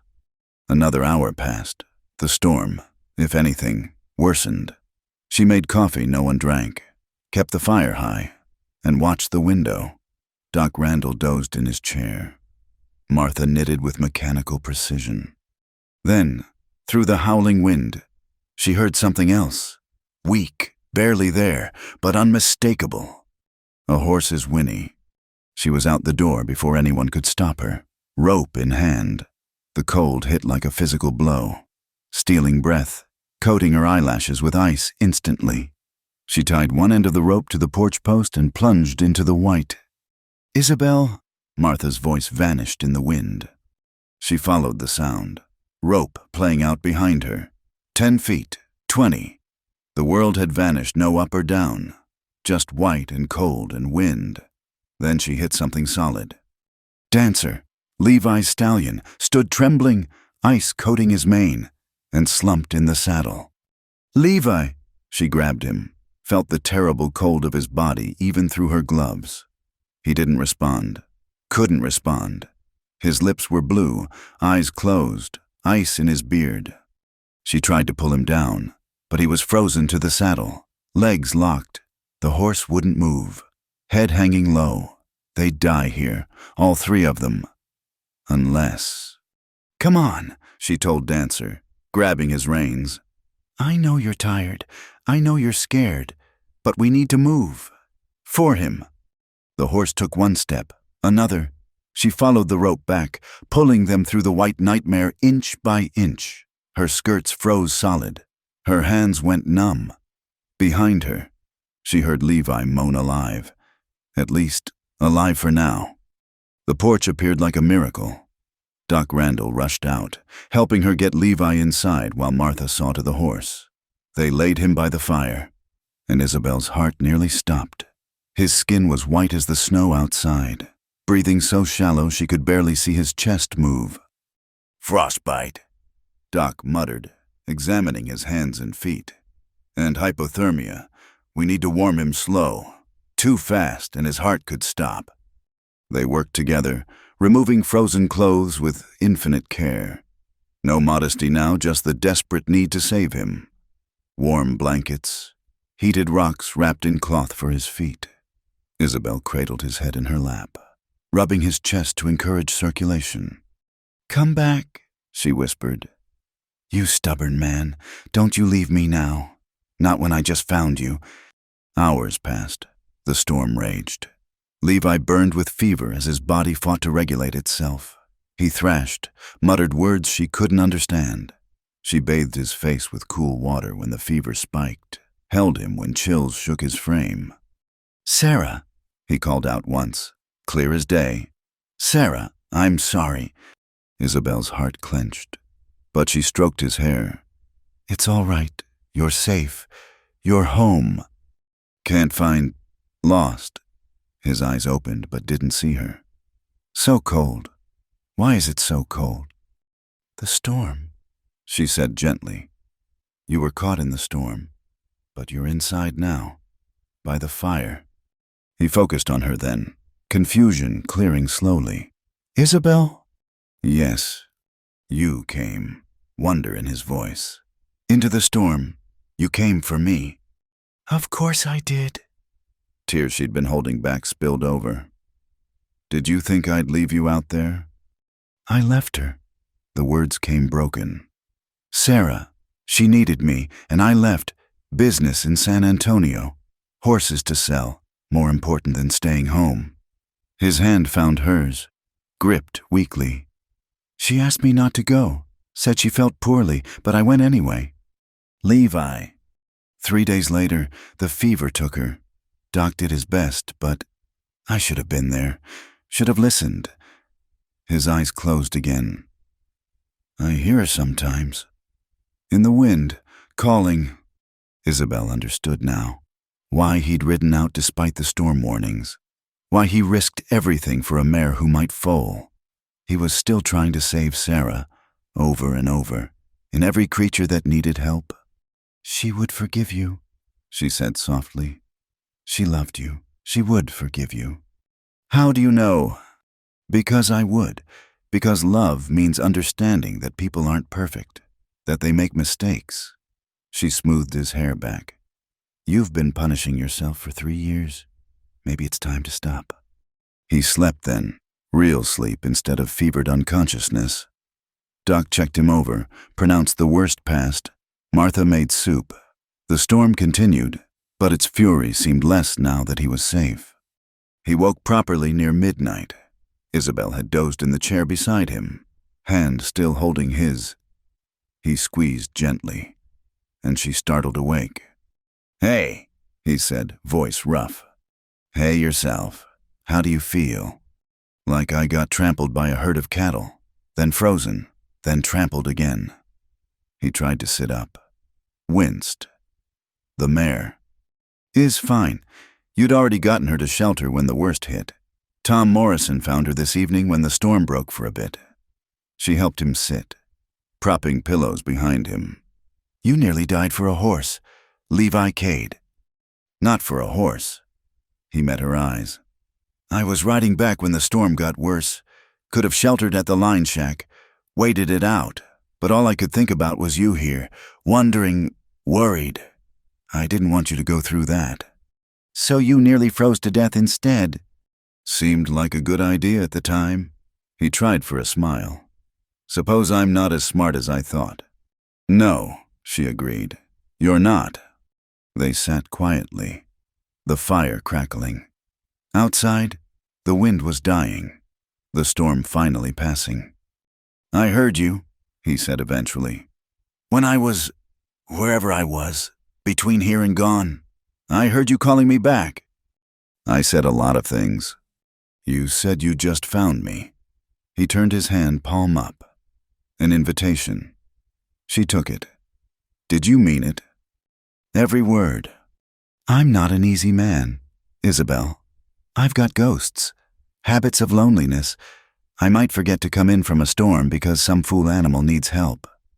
"I know. I might call out for her sometimes. Sarah, in dreams. I know that too. And you still..."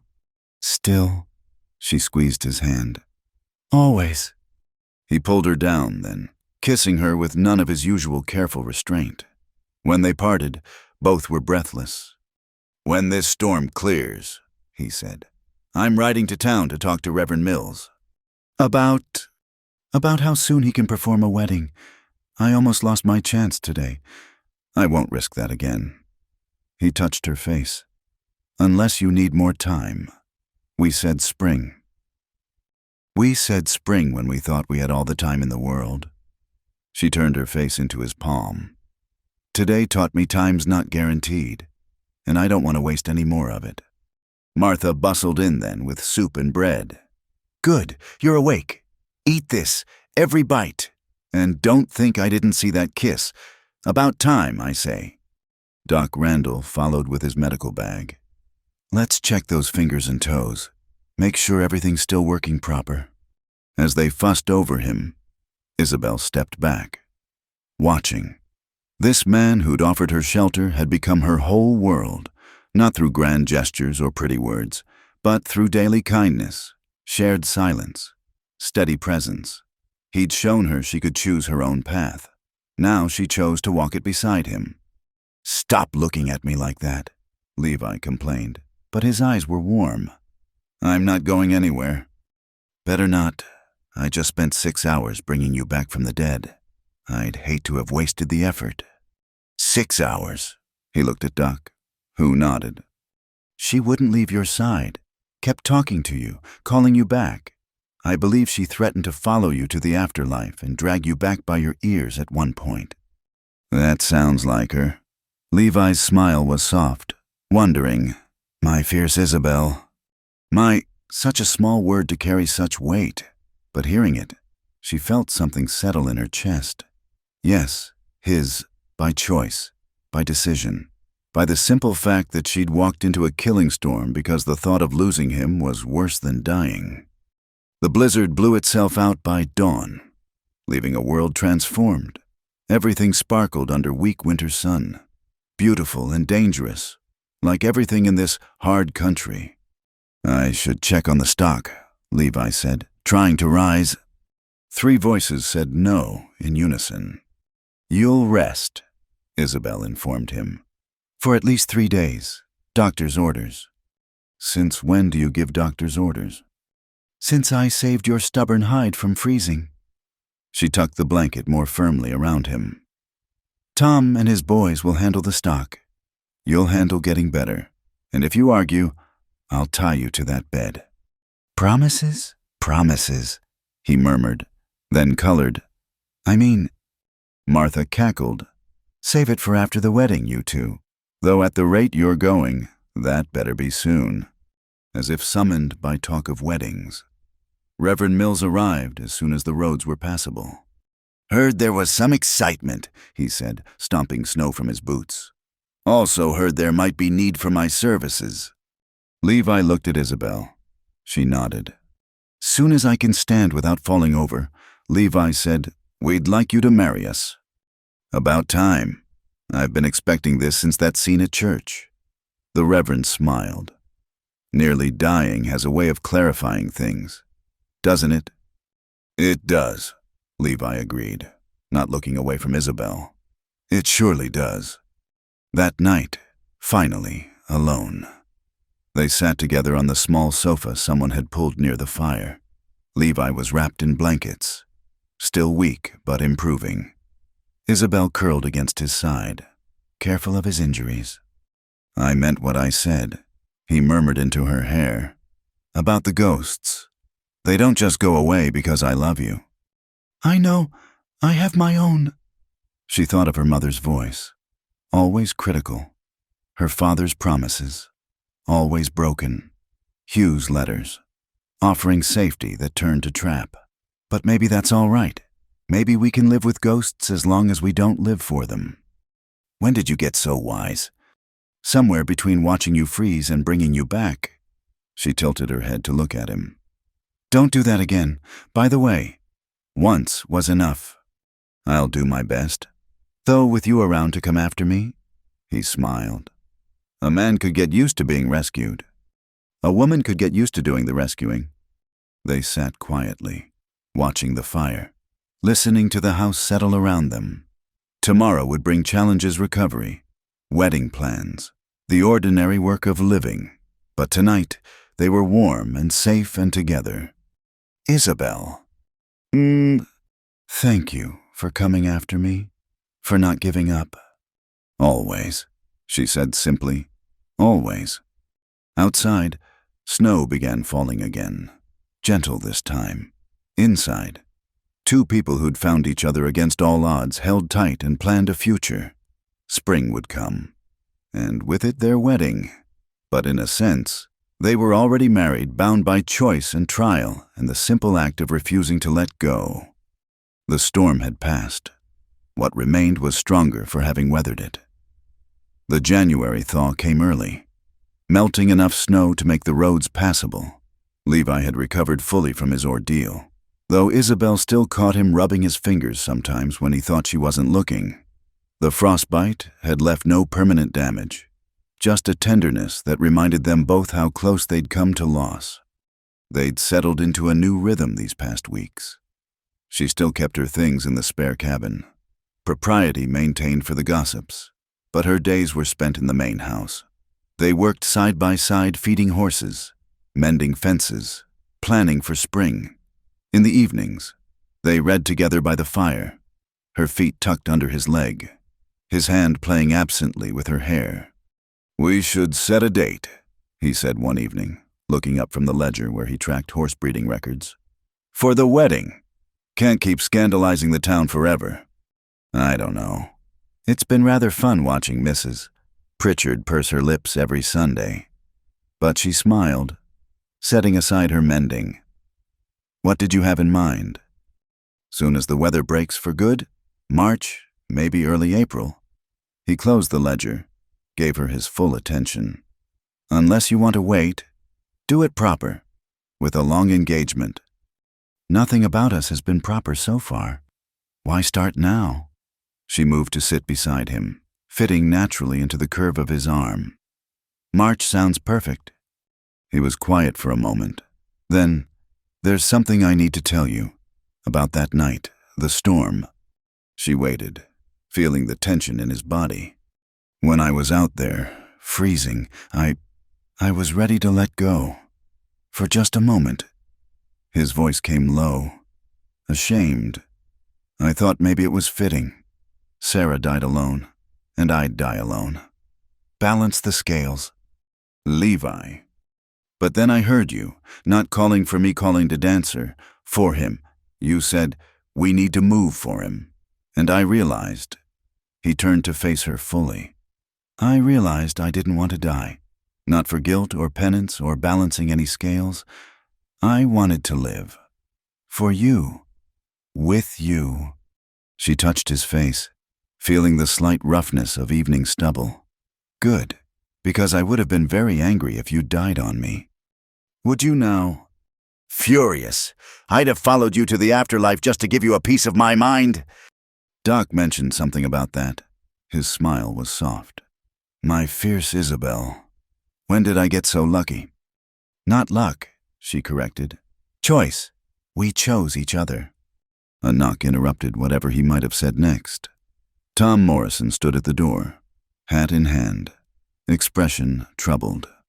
"Sorry to bother you folks so late, but we got a problem." They invited him in, poured coffee. Tom sat at the kitchen table, turning his hat in nervous circles. "It's about Hugh. He's been writing letters from jail, to judges, territorial officials, anyone who'll listen. Claims he was unlawfully removed from office, that Marshall Banks overstepped his authority." Tom looked up. "He's demanding a formal hearing, and he's got a lawyer, some fancy fellow from Austin." "Let him demand," Levi said. "He attacked innocent people. That's not in dispute." "No, but he's claiming provocation. Says you stole his bride, turned the town against him. His lawyer's painting a picture of a man driven to desperation by betrayal." "That's ridiculous," Isabel said. "Course it is, but ridiculous don't mean ineffective. Judge Harlan's agreed to hear the case. You'll both need to testify." The warmth of the evening evaporated. Isabel felt the old familiar dread. Would Hugh never stop trying to control her life? When? Levi asked. 2 weeks. Judge is coming to Dust Haven. Wants to hear from everyone involved. Tom stood, settled his hat. I'm sorry to bring this to your door, but figured you should know. Start preparing. After he left, they sat in silence. Finally, Isabel stood, began clearing the coffee cups with sharp, angry movements. Leave them, Levi said. I need to do something, otherwise I might scream. She set a cup down too hard. It cracked. Will it never end? Will he always be there, trying to drag me back? Hey, Levi caught her hands, stilled them. Look at me. He's in jail. He can't touch you. This is just noise. Desperation from a man who's lost everything. He could win. His lawyer could convince the judge that you had the audacity to refuse him, that you chose your own path. His hands moved to frame her face. Isabel, you stood in front of the whole church and told your truth. You faced down his gun at the dance. You survived his attack. You think a courtroom's going to be worse than any of that? She leaned into his touch. I'm tired of fighting him. I know, but this time, you're not fighting alone. The next days passed in preparation. They gathered witnesses, documented events. Martha Henley proved invaluable. Having kept detailed notes of Hugh's deterioration, Doc Randall agreed to testify about injuries he'd treated, not just Isabel's bruised arm, but other women who'd crossed Hugh's path. Never could prove nothing, Doc said grimly. But Sally Morrison didn't get that black eye from walking into a door, and the widow Martin's broke wrist weren't from no fall. A pattern emerged, uglier than even Isabel had suspected. Hugh's drinking hadn't just affected his work, it had made him dangerous to any woman who defied him. The night before the hearing, Isabel couldn't sleep. She found Levi in the barn, checking on Hope. The young horse was growing fast, all legs and curiosity. Couldn't sleep either, she asked. Wanted to make sure everything was settled here, in case... He didn't finish. In case Hugh's lawyer is as good as Tom fears. She moved beside him, watching Hope nurse. What happens if the judge rules against us? Then we deal with it, together. He pulled her close. But I don't think he will. Truth has a way of showing through, even in a courtroom. You have more faith in justice than I do. No, but I have faith in you, in your strength, your courage. He pressed a kiss to her temple. Hugh thinks you're weak because you're a woman. He's about to learn different. The morning of the hearing dawned clear and cold. Isabel dressed carefully, her best dress, hair severely pinned, the picture of respectability. Levi wore his church clothes, looking uncomfortable but determined. The courtroom, really just the town hall with chairs rearranged, was packed. It seemed everyone in 3 counties had come to watch. Judge Harlan, a thin man with penetrating eyes, called for order. Hugh entered in shackles, but his lawyer had cleaned him up. Gone was the disheveled drunk. In his place sat a man who looked almost respectable, almost sympathetic. The lawyer, Mr. Fitzgerald, was indeed fancy silk vest, gold watch chain, voice smooth as oil. He painted Hugh as a grieving widower, trying his best to maintain order in a lawless town. He'd reached out to Miss Thorne in good faith, offering marriage and protection. Instead, she'd humiliated him publicly, taken up with another man, turned his own town against him.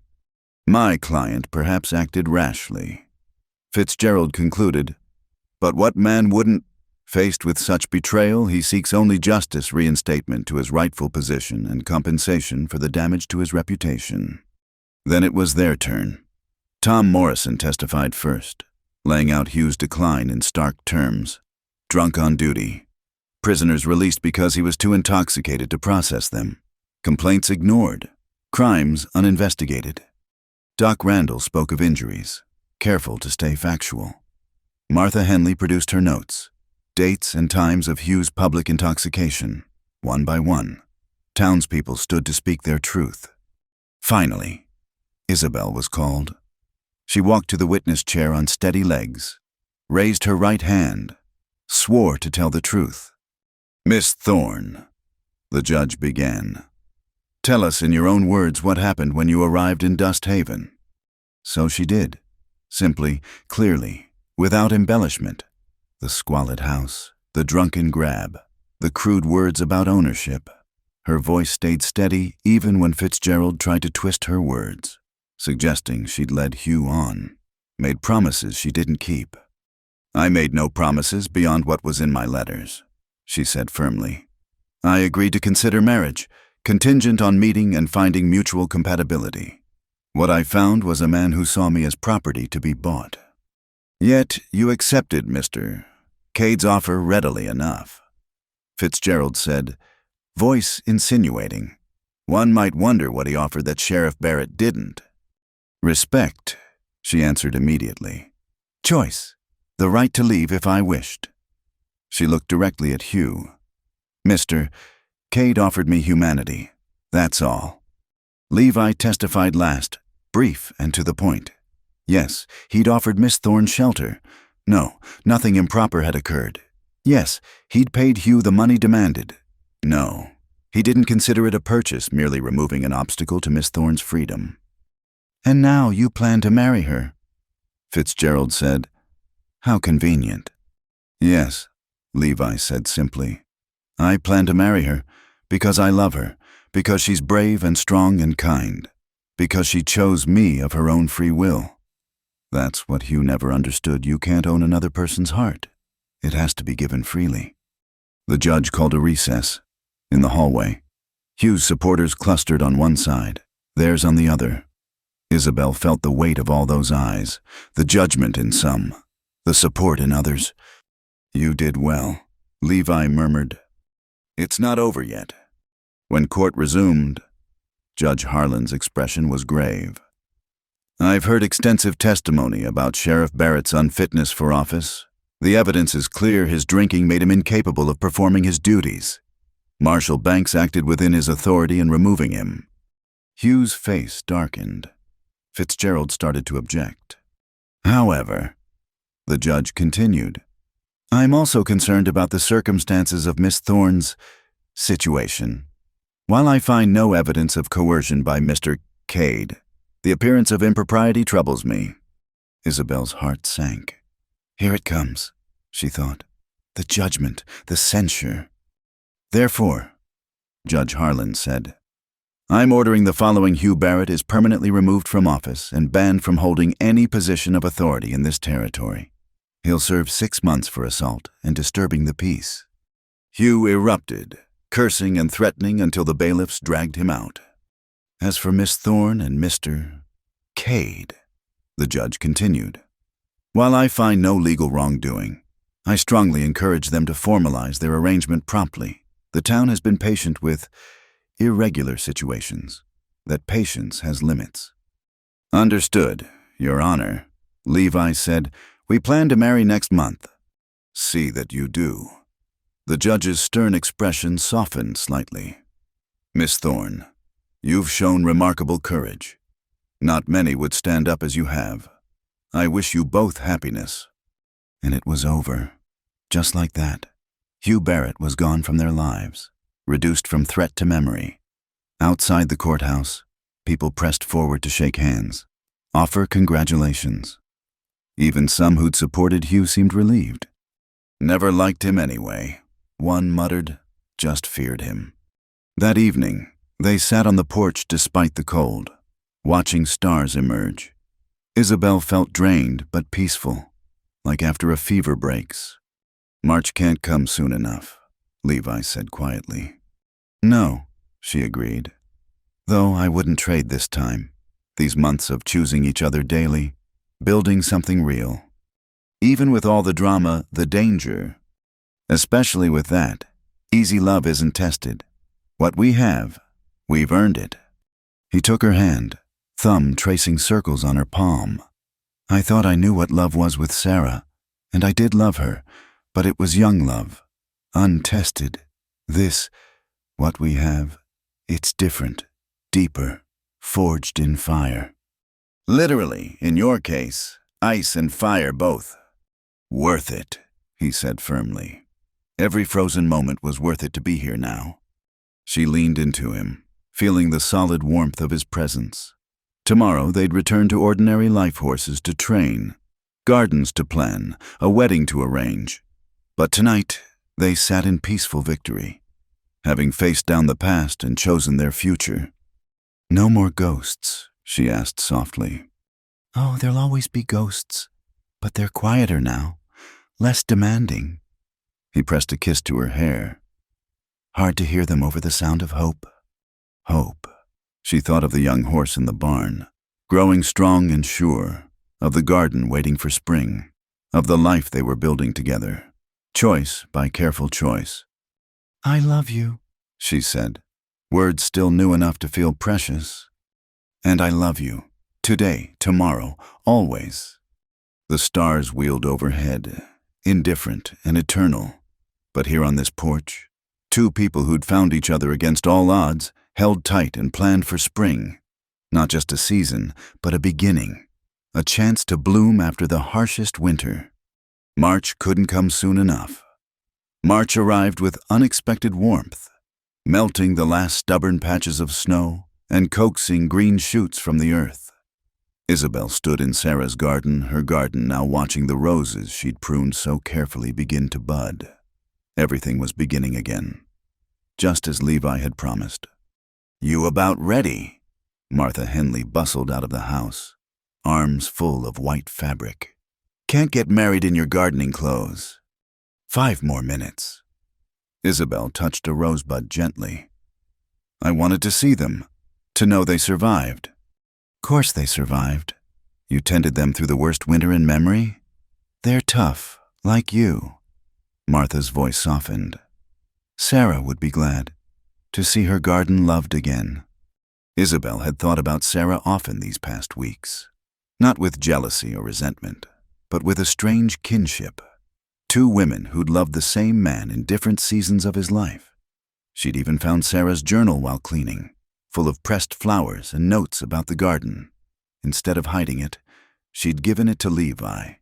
They'd read it together by firelight, laughing at Sarah's complaints about his coffee, crying at her hopes for children who never came. She loved you so much, Isabel had said.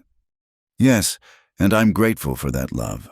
It taught me how to love you better. Now, on her wedding day, Isabel felt Sarah's blessing in the emerging roses, in the house that felt like home, in the man who'd learned through loss how precious love could be. Inside, Emma Morrison and Doc Randall's wife helped her dress. The gown wasn't fancy cream-colored cotton with small pearl buttons, sewn by her own hands through the winter evenings. But it fit perfectly, and when she looked in the mirror, she saw not a desperate spinster or a ruined woman, but a bride, a woman who'd chosen her path and walked it with courage. Beautiful, Emma breathed. Levi won't know what hit him. He's seen me covered in mud, fighting through blizzards, and pointing a gun at the sheriff, Isabel said. A dress won't shock him. Don't bet on that. Men are simple creatures. Show them a woman in wedding clothes, and they forget their own names. The church was full but not packed. Winter had kept some distant neighbors from traveling, but everyone who mattered was there. Tom and Emma Morrison, Martha Henley, already crying, Doc Randall, looking pleased, even Mrs. Pritchard, though she still pursed her lips occasionally out of habit. Levi waited at the altar in a new black suit, his face freshly shaved, boots polished to shine. But it was his eyes that caught her, warm and steady and full of wonder, as if he couldn't quite believe this was real. Reverend Mills had agreed to walk her down the aisle, since she had no male relatives present. But as the music started, Isabel made a different choice. Thank you, Reverend, but I'll walk alone. He blinked, surprised. Are you certain? Very. She smiled. I've come this far on my own feet. Seems fitting to finish the journey the same way. So she walked alone down the aisle of the small church, past the faces of people who'd become friends, who'd stood with them against threat and storm. She walked tall and steady, carrying her own small bouquet of early wildflowers mixed with sprigs from Sarah's roses. When she reached Levi, he held out his hand. "That was perfect," he murmured. "You walking to me on your own terms." "The only way I know how to come to you," she replied. Reverend Mills cleared his throat. "Dearly beloved, we gather today to witness something remarkable. Not just a wedding, but a triumph. Two people who found each other across distance and difficulty, who chose love when easier paths beckoned." The ceremony was simple, traditional vows, but spoken with the weight of people who understood their meaning. For better or worse, they'd already weathered both. In sickness and health, she'd pulled him from death's door. For richer or poorer, they'd started with nothing but trust. "Do you, Isabel, take this man to be your lawfully wedded husband?" "I do. Clear, certain, no hesitation." "Do you, Levi, take this woman to be your lawfully wedded wife?" "I do." His voice caught slightly, but his hands were steady as they held hers. "Then, by the power vested in me by God and the territory of Texas, I pronounce you husband and wife." Reverend Mills smiled. "Levi, you may kiss your bride." The kiss was gentle, appropriate for church, but Isabel felt the promise in it. Tonight, she thought, tonight there would be time for more. The reception was held at the ranch, tables set up in the yard, lanterns strung between posts. Food appeared as if by magic. Everyone had brought something. Music started up, fiddle and guitar and harmonica. People danced on boards laid over the grass. "No guns this time," Tom Morrison joked. "Downright peaceful for one of your parties." As the sun set, painting the sky in shades of rose and gold, Isabel found herself standing apart for a moment, watching. Her husband was dancing with little Lucy Morrison, careful of her small feet. Martha and Emma were laughing over some shared joke. Doc Randall was sneaking an extra piece of cake. These people had become her family. This place had become her home, not through blood or birth, but through choice and courage, and the simple act of staying when leaving would have been easier. "Penny for them." Levi appeared at her elbow. Lucy delivered back to her parents. "Just thinking how far we've come. 6 months ago, I stepped off that stage expecting duty and drudgery. Instead, I found—" "What did you find?" She turned to face him fully. "Everything. I found everything." He pulled her into a dance, and she let him lead, content to follow for once. Around them, their friends celebrated. Above them, stars began to appear. The same stars that had watched her arrive in desperation now witnessed her joy. "About tonight," he said softly, for her ears alone. "I know we've waited. Been proper, despite what folks think. But if you need more time—" "Levi Cade, if you try to be noble on our wedding night, I'll shoot you myself." He laughed, spinning her. "Yes, ma'am. No nobility, I promise." "Good, because I've waited long enough to be your wife in truth. My choice? Remember, and I choose you. All of you. Tonight and always." The party wound down slowly. Guests departed with good wishes and knowing smiles. Finally, only Martha remained, helping to clear the last dishes. "I'll finish this tomorrow," she said firmly. "You two go on. You've waited long enough for privacy." They walked to the house, their house hand in hand. At the threshold, Levi stopped. "Tradition says I should carry you. Tradition says a lot of things. We've never paid it much mind." "True, but this one I like." He swept her up, surprised laughter escaping her. "Let me do this right, just this once." He carried her over the threshold and set her down gently in their bedroom. The room was transformed, fresh flowers on every surface, new curtains at the windows, the bed turned down with linens that smelled of lavender. "Martha," they said together, then laughed. "God bless meddling friends," Isabel said. They stood facing each other, suddenly shy after all these months of growing closeness. Then Isabel reached up, began unpinning her hair. "Let me," Levi said softly. His hands were gentle, removing pins one by one until her hair fell loose around her shoulders. "Beautiful," he murmured. "I've wanted to do that for months." "Just that," she teased. "No, not just that." His hands framed her face. "But we have time now. All the time we need." She kissed him then, different from every careful kiss before. This one held promise and permission, and the knowledge that they need not stop, that there was no propriety to maintain, no distance to keep. They were husband and wife, bound by choice and law and love. What followed was gentle and patient and worth every moment of waiting. Two people learning each other in new ways, offering trust along with touch. When Isabel lay in her husband's arms afterward, watching moonlight paint patterns on the walls, she understood something profound. This was what she'd traveled so far to find, not just safety or shelter or even love, but the right to choose, to say yes on her own terms, in her own time, to a man who saw her as partner, not possession. "No regrets?" Levi asked, pressing a kiss to her hair. "None, you. Only that it took so long to find you. We found each other when we were ready, when we could choose freely." She traced the scar on his shoulder, the one from Sunrise's kick. Everything led to this, even the hard parts. "Especially the hard parts." He pulled her closer. "They made us who we are." Outside, a coyote called to its mate. The sound that had once frightened her now seemed right, part of the wild beauty of this place she'd claimed as home. Tomorrow would bring workhorses to train, gardens to tend, a life to build together. There would be challenges. She knew. Droughts and storms, losses and gains, the ordinary difficulties of any marriage.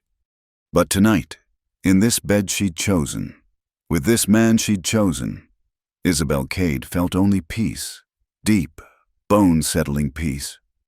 "I love you," she whispered into the darkness. "And I love you," he answered. "My brave girl, my chosen wife."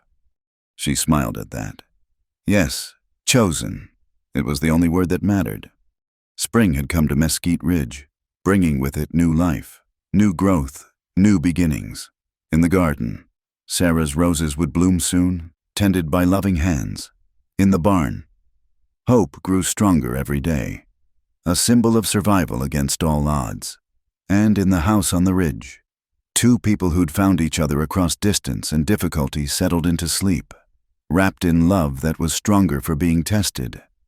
The first night she'd expected to be duty cold, obligatory, endured. Instead, it had been a gift, a beginning, a choice made in joy rather than desperation. As sleep claimed her, Isabel thought of the woman who'd stepped off that stage 6 months ago, scared, desperate, seeing no choices but bad ones. She wished she could tell that woman, "Hold on, be brave. The path ahead is hard, but it leads to everything you never dared dream. Choice, love, home, all waiting at the end of courage."